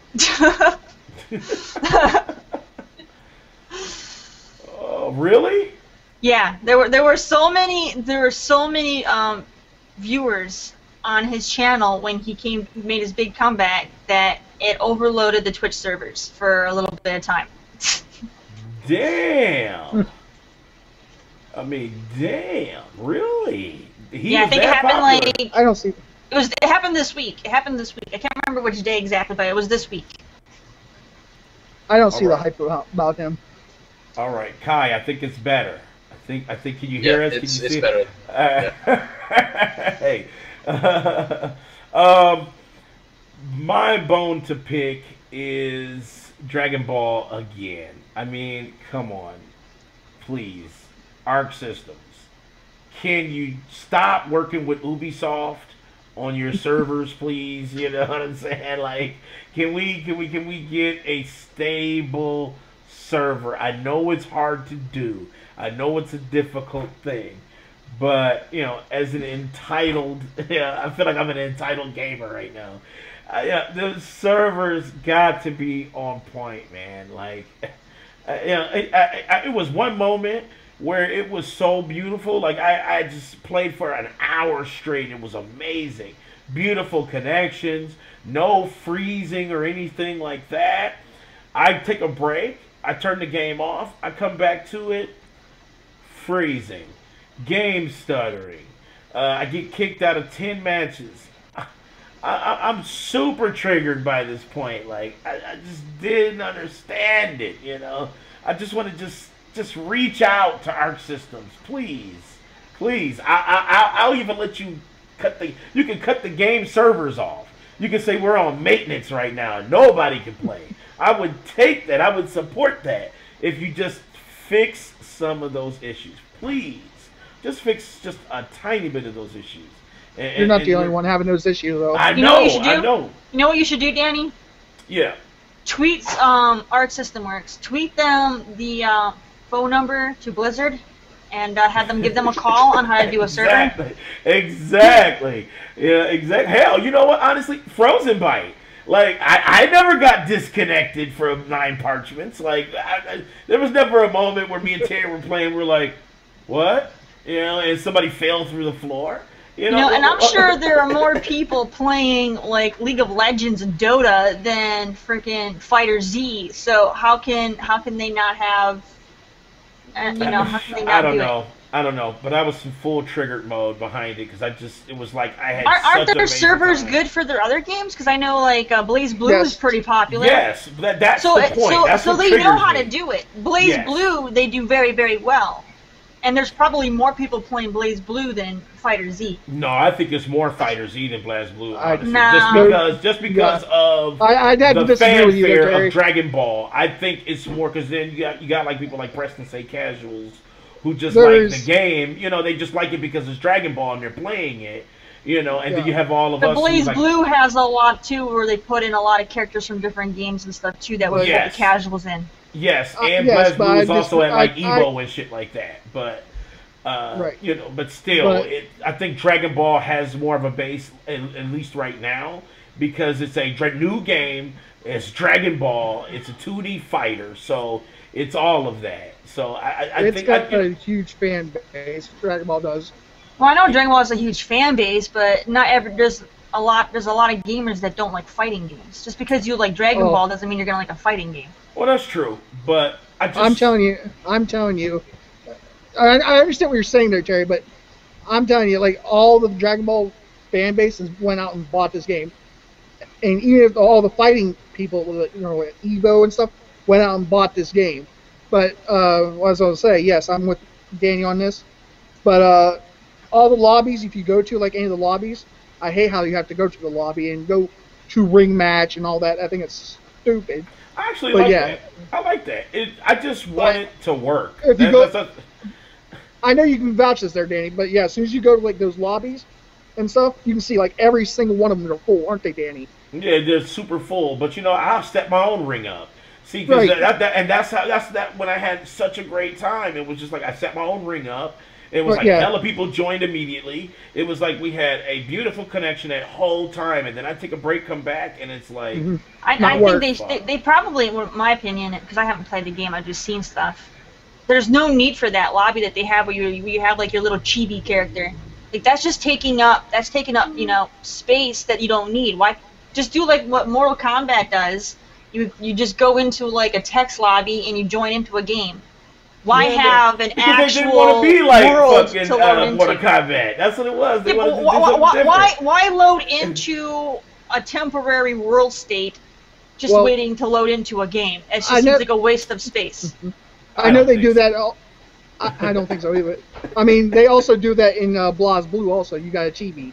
You got a little chibi character, yeah. But you know, I just want them. I just want them to get the servers right. Once you get the servers right, though, it's like best fighting game of all time. Give them time. I mean, the game is still really, really new, so I'm sure they're working. No, I'm just pre-triggered. I'm sorry. I don't know if you ever heard that term, Kai. I'm pre-triggered. Yeah.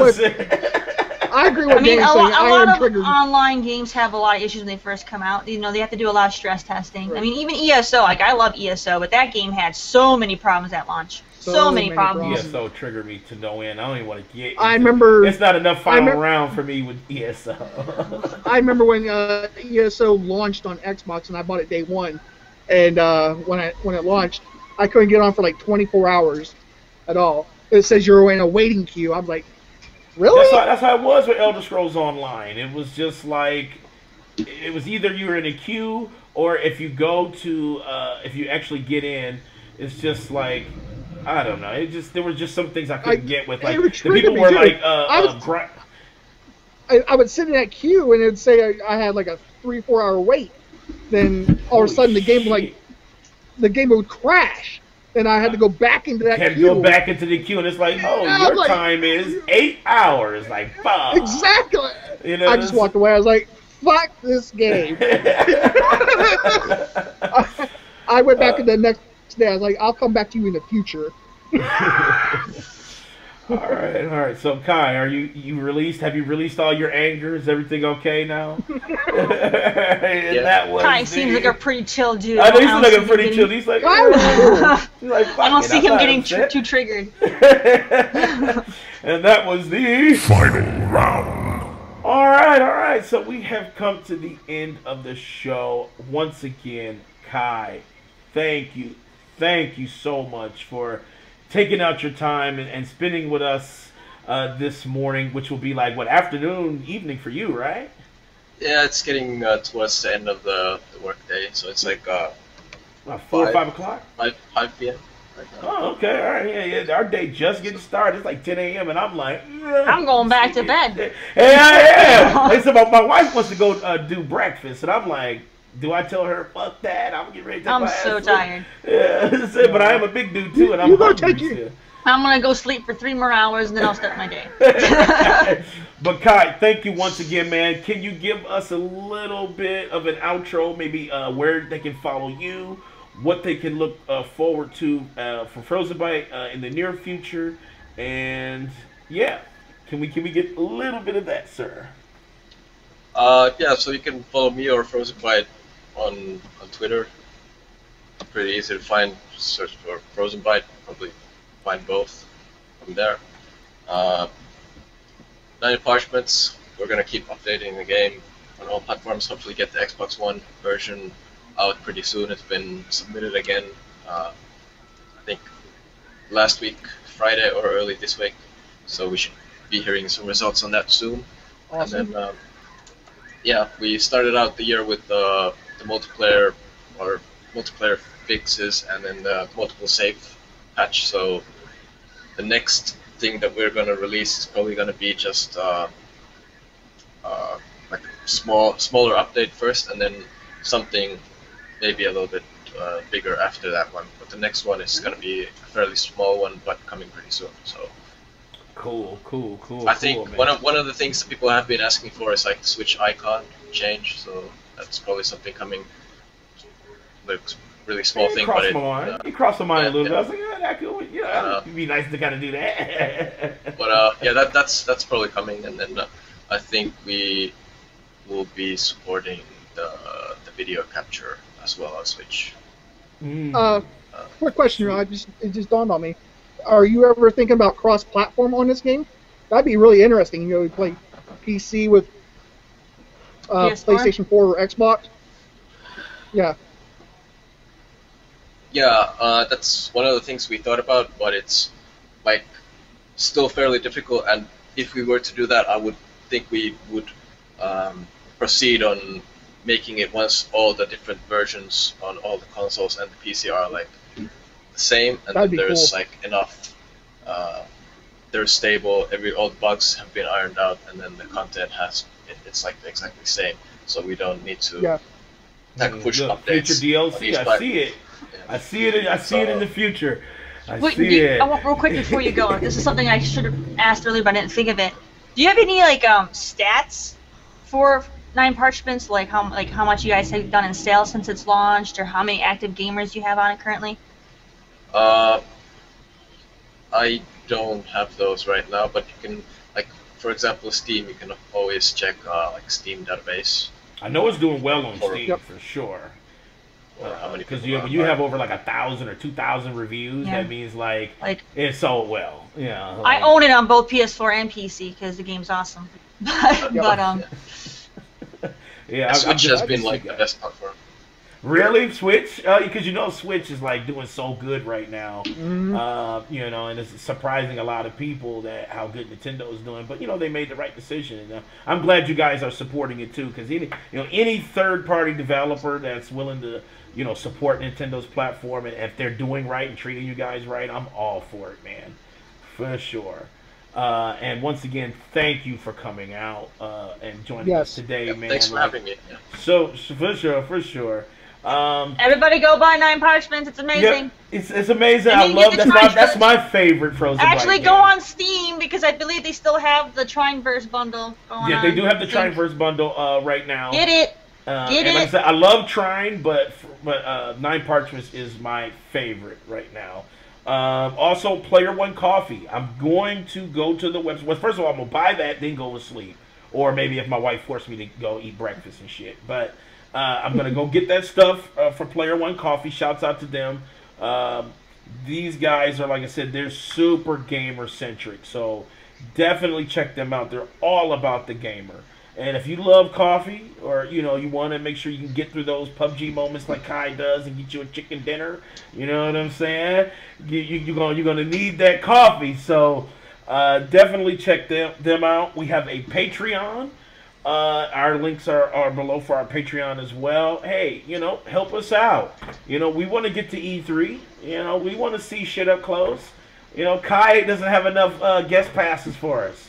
So he can't get us to E3. You know what I'm saying? So we're gonna have to, you know, get there on our own. You know, but you know, if you guys help us out, that would be tremendous. We have 2 tiers now, and I'm working on a 3rd one right now. But our 2nd tier actually grants you the power to give us a life lost. So Darren took advantage of that today, as well as John. They're both 2nd tier, continue level tier patrons.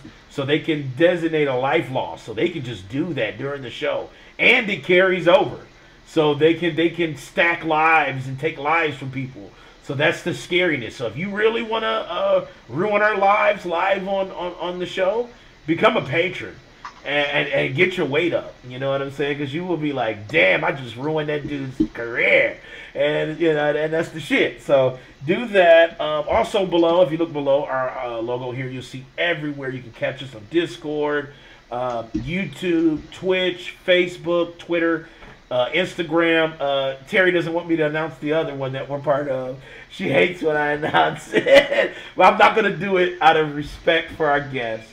But I'm not going to say where else we're at. But as well as next week, we are back regular time, 9 o'clock Eastern time. And we'll also have another guest on. We'll have Trayvon, and he's the developer of Bullock by an Adventure for PlayStation 4, Xbox, and PC. So that should be pretty dope. He has a new trailer, and he says he has a lot of updates on the game that he's working on. And I think that is it. Is there anything else, Terri? I know, follow Terri, Cat Terri, amazing streamer. Check her out. She has a lot of things going for her show, and very, very, very wonderful streams. Big Mike, he does streams for our platform channel as well as his own channel as well. So check him out on his PlayStation 4 streams. Once again, check Kai out with Frozenbyte. And I think that is it. Anybody got anything else before we No, just make sure, if you guys can, subscribe to both the YouTube and to the Twitch, because, you know, like we were just saying, there's a lot of content you're missing out for if you're just on YouTube. Mm-hmm. Whenever Mike or Danny or whatever, or Eugene do a live stream, it's going to be on the Twitch, so you're missing content. So be on both. Be on both. Absolutely, absolutely. Check us out. You can watch me get triggered with Dragon Ball. And you can watch Terri get triggered with just being triggered, period. And Mike really doesn't get triggered, but he fails. So you can catch all of that. And you know what? I think we are out. Peace out, everybody. Thank you for watching. Thanks.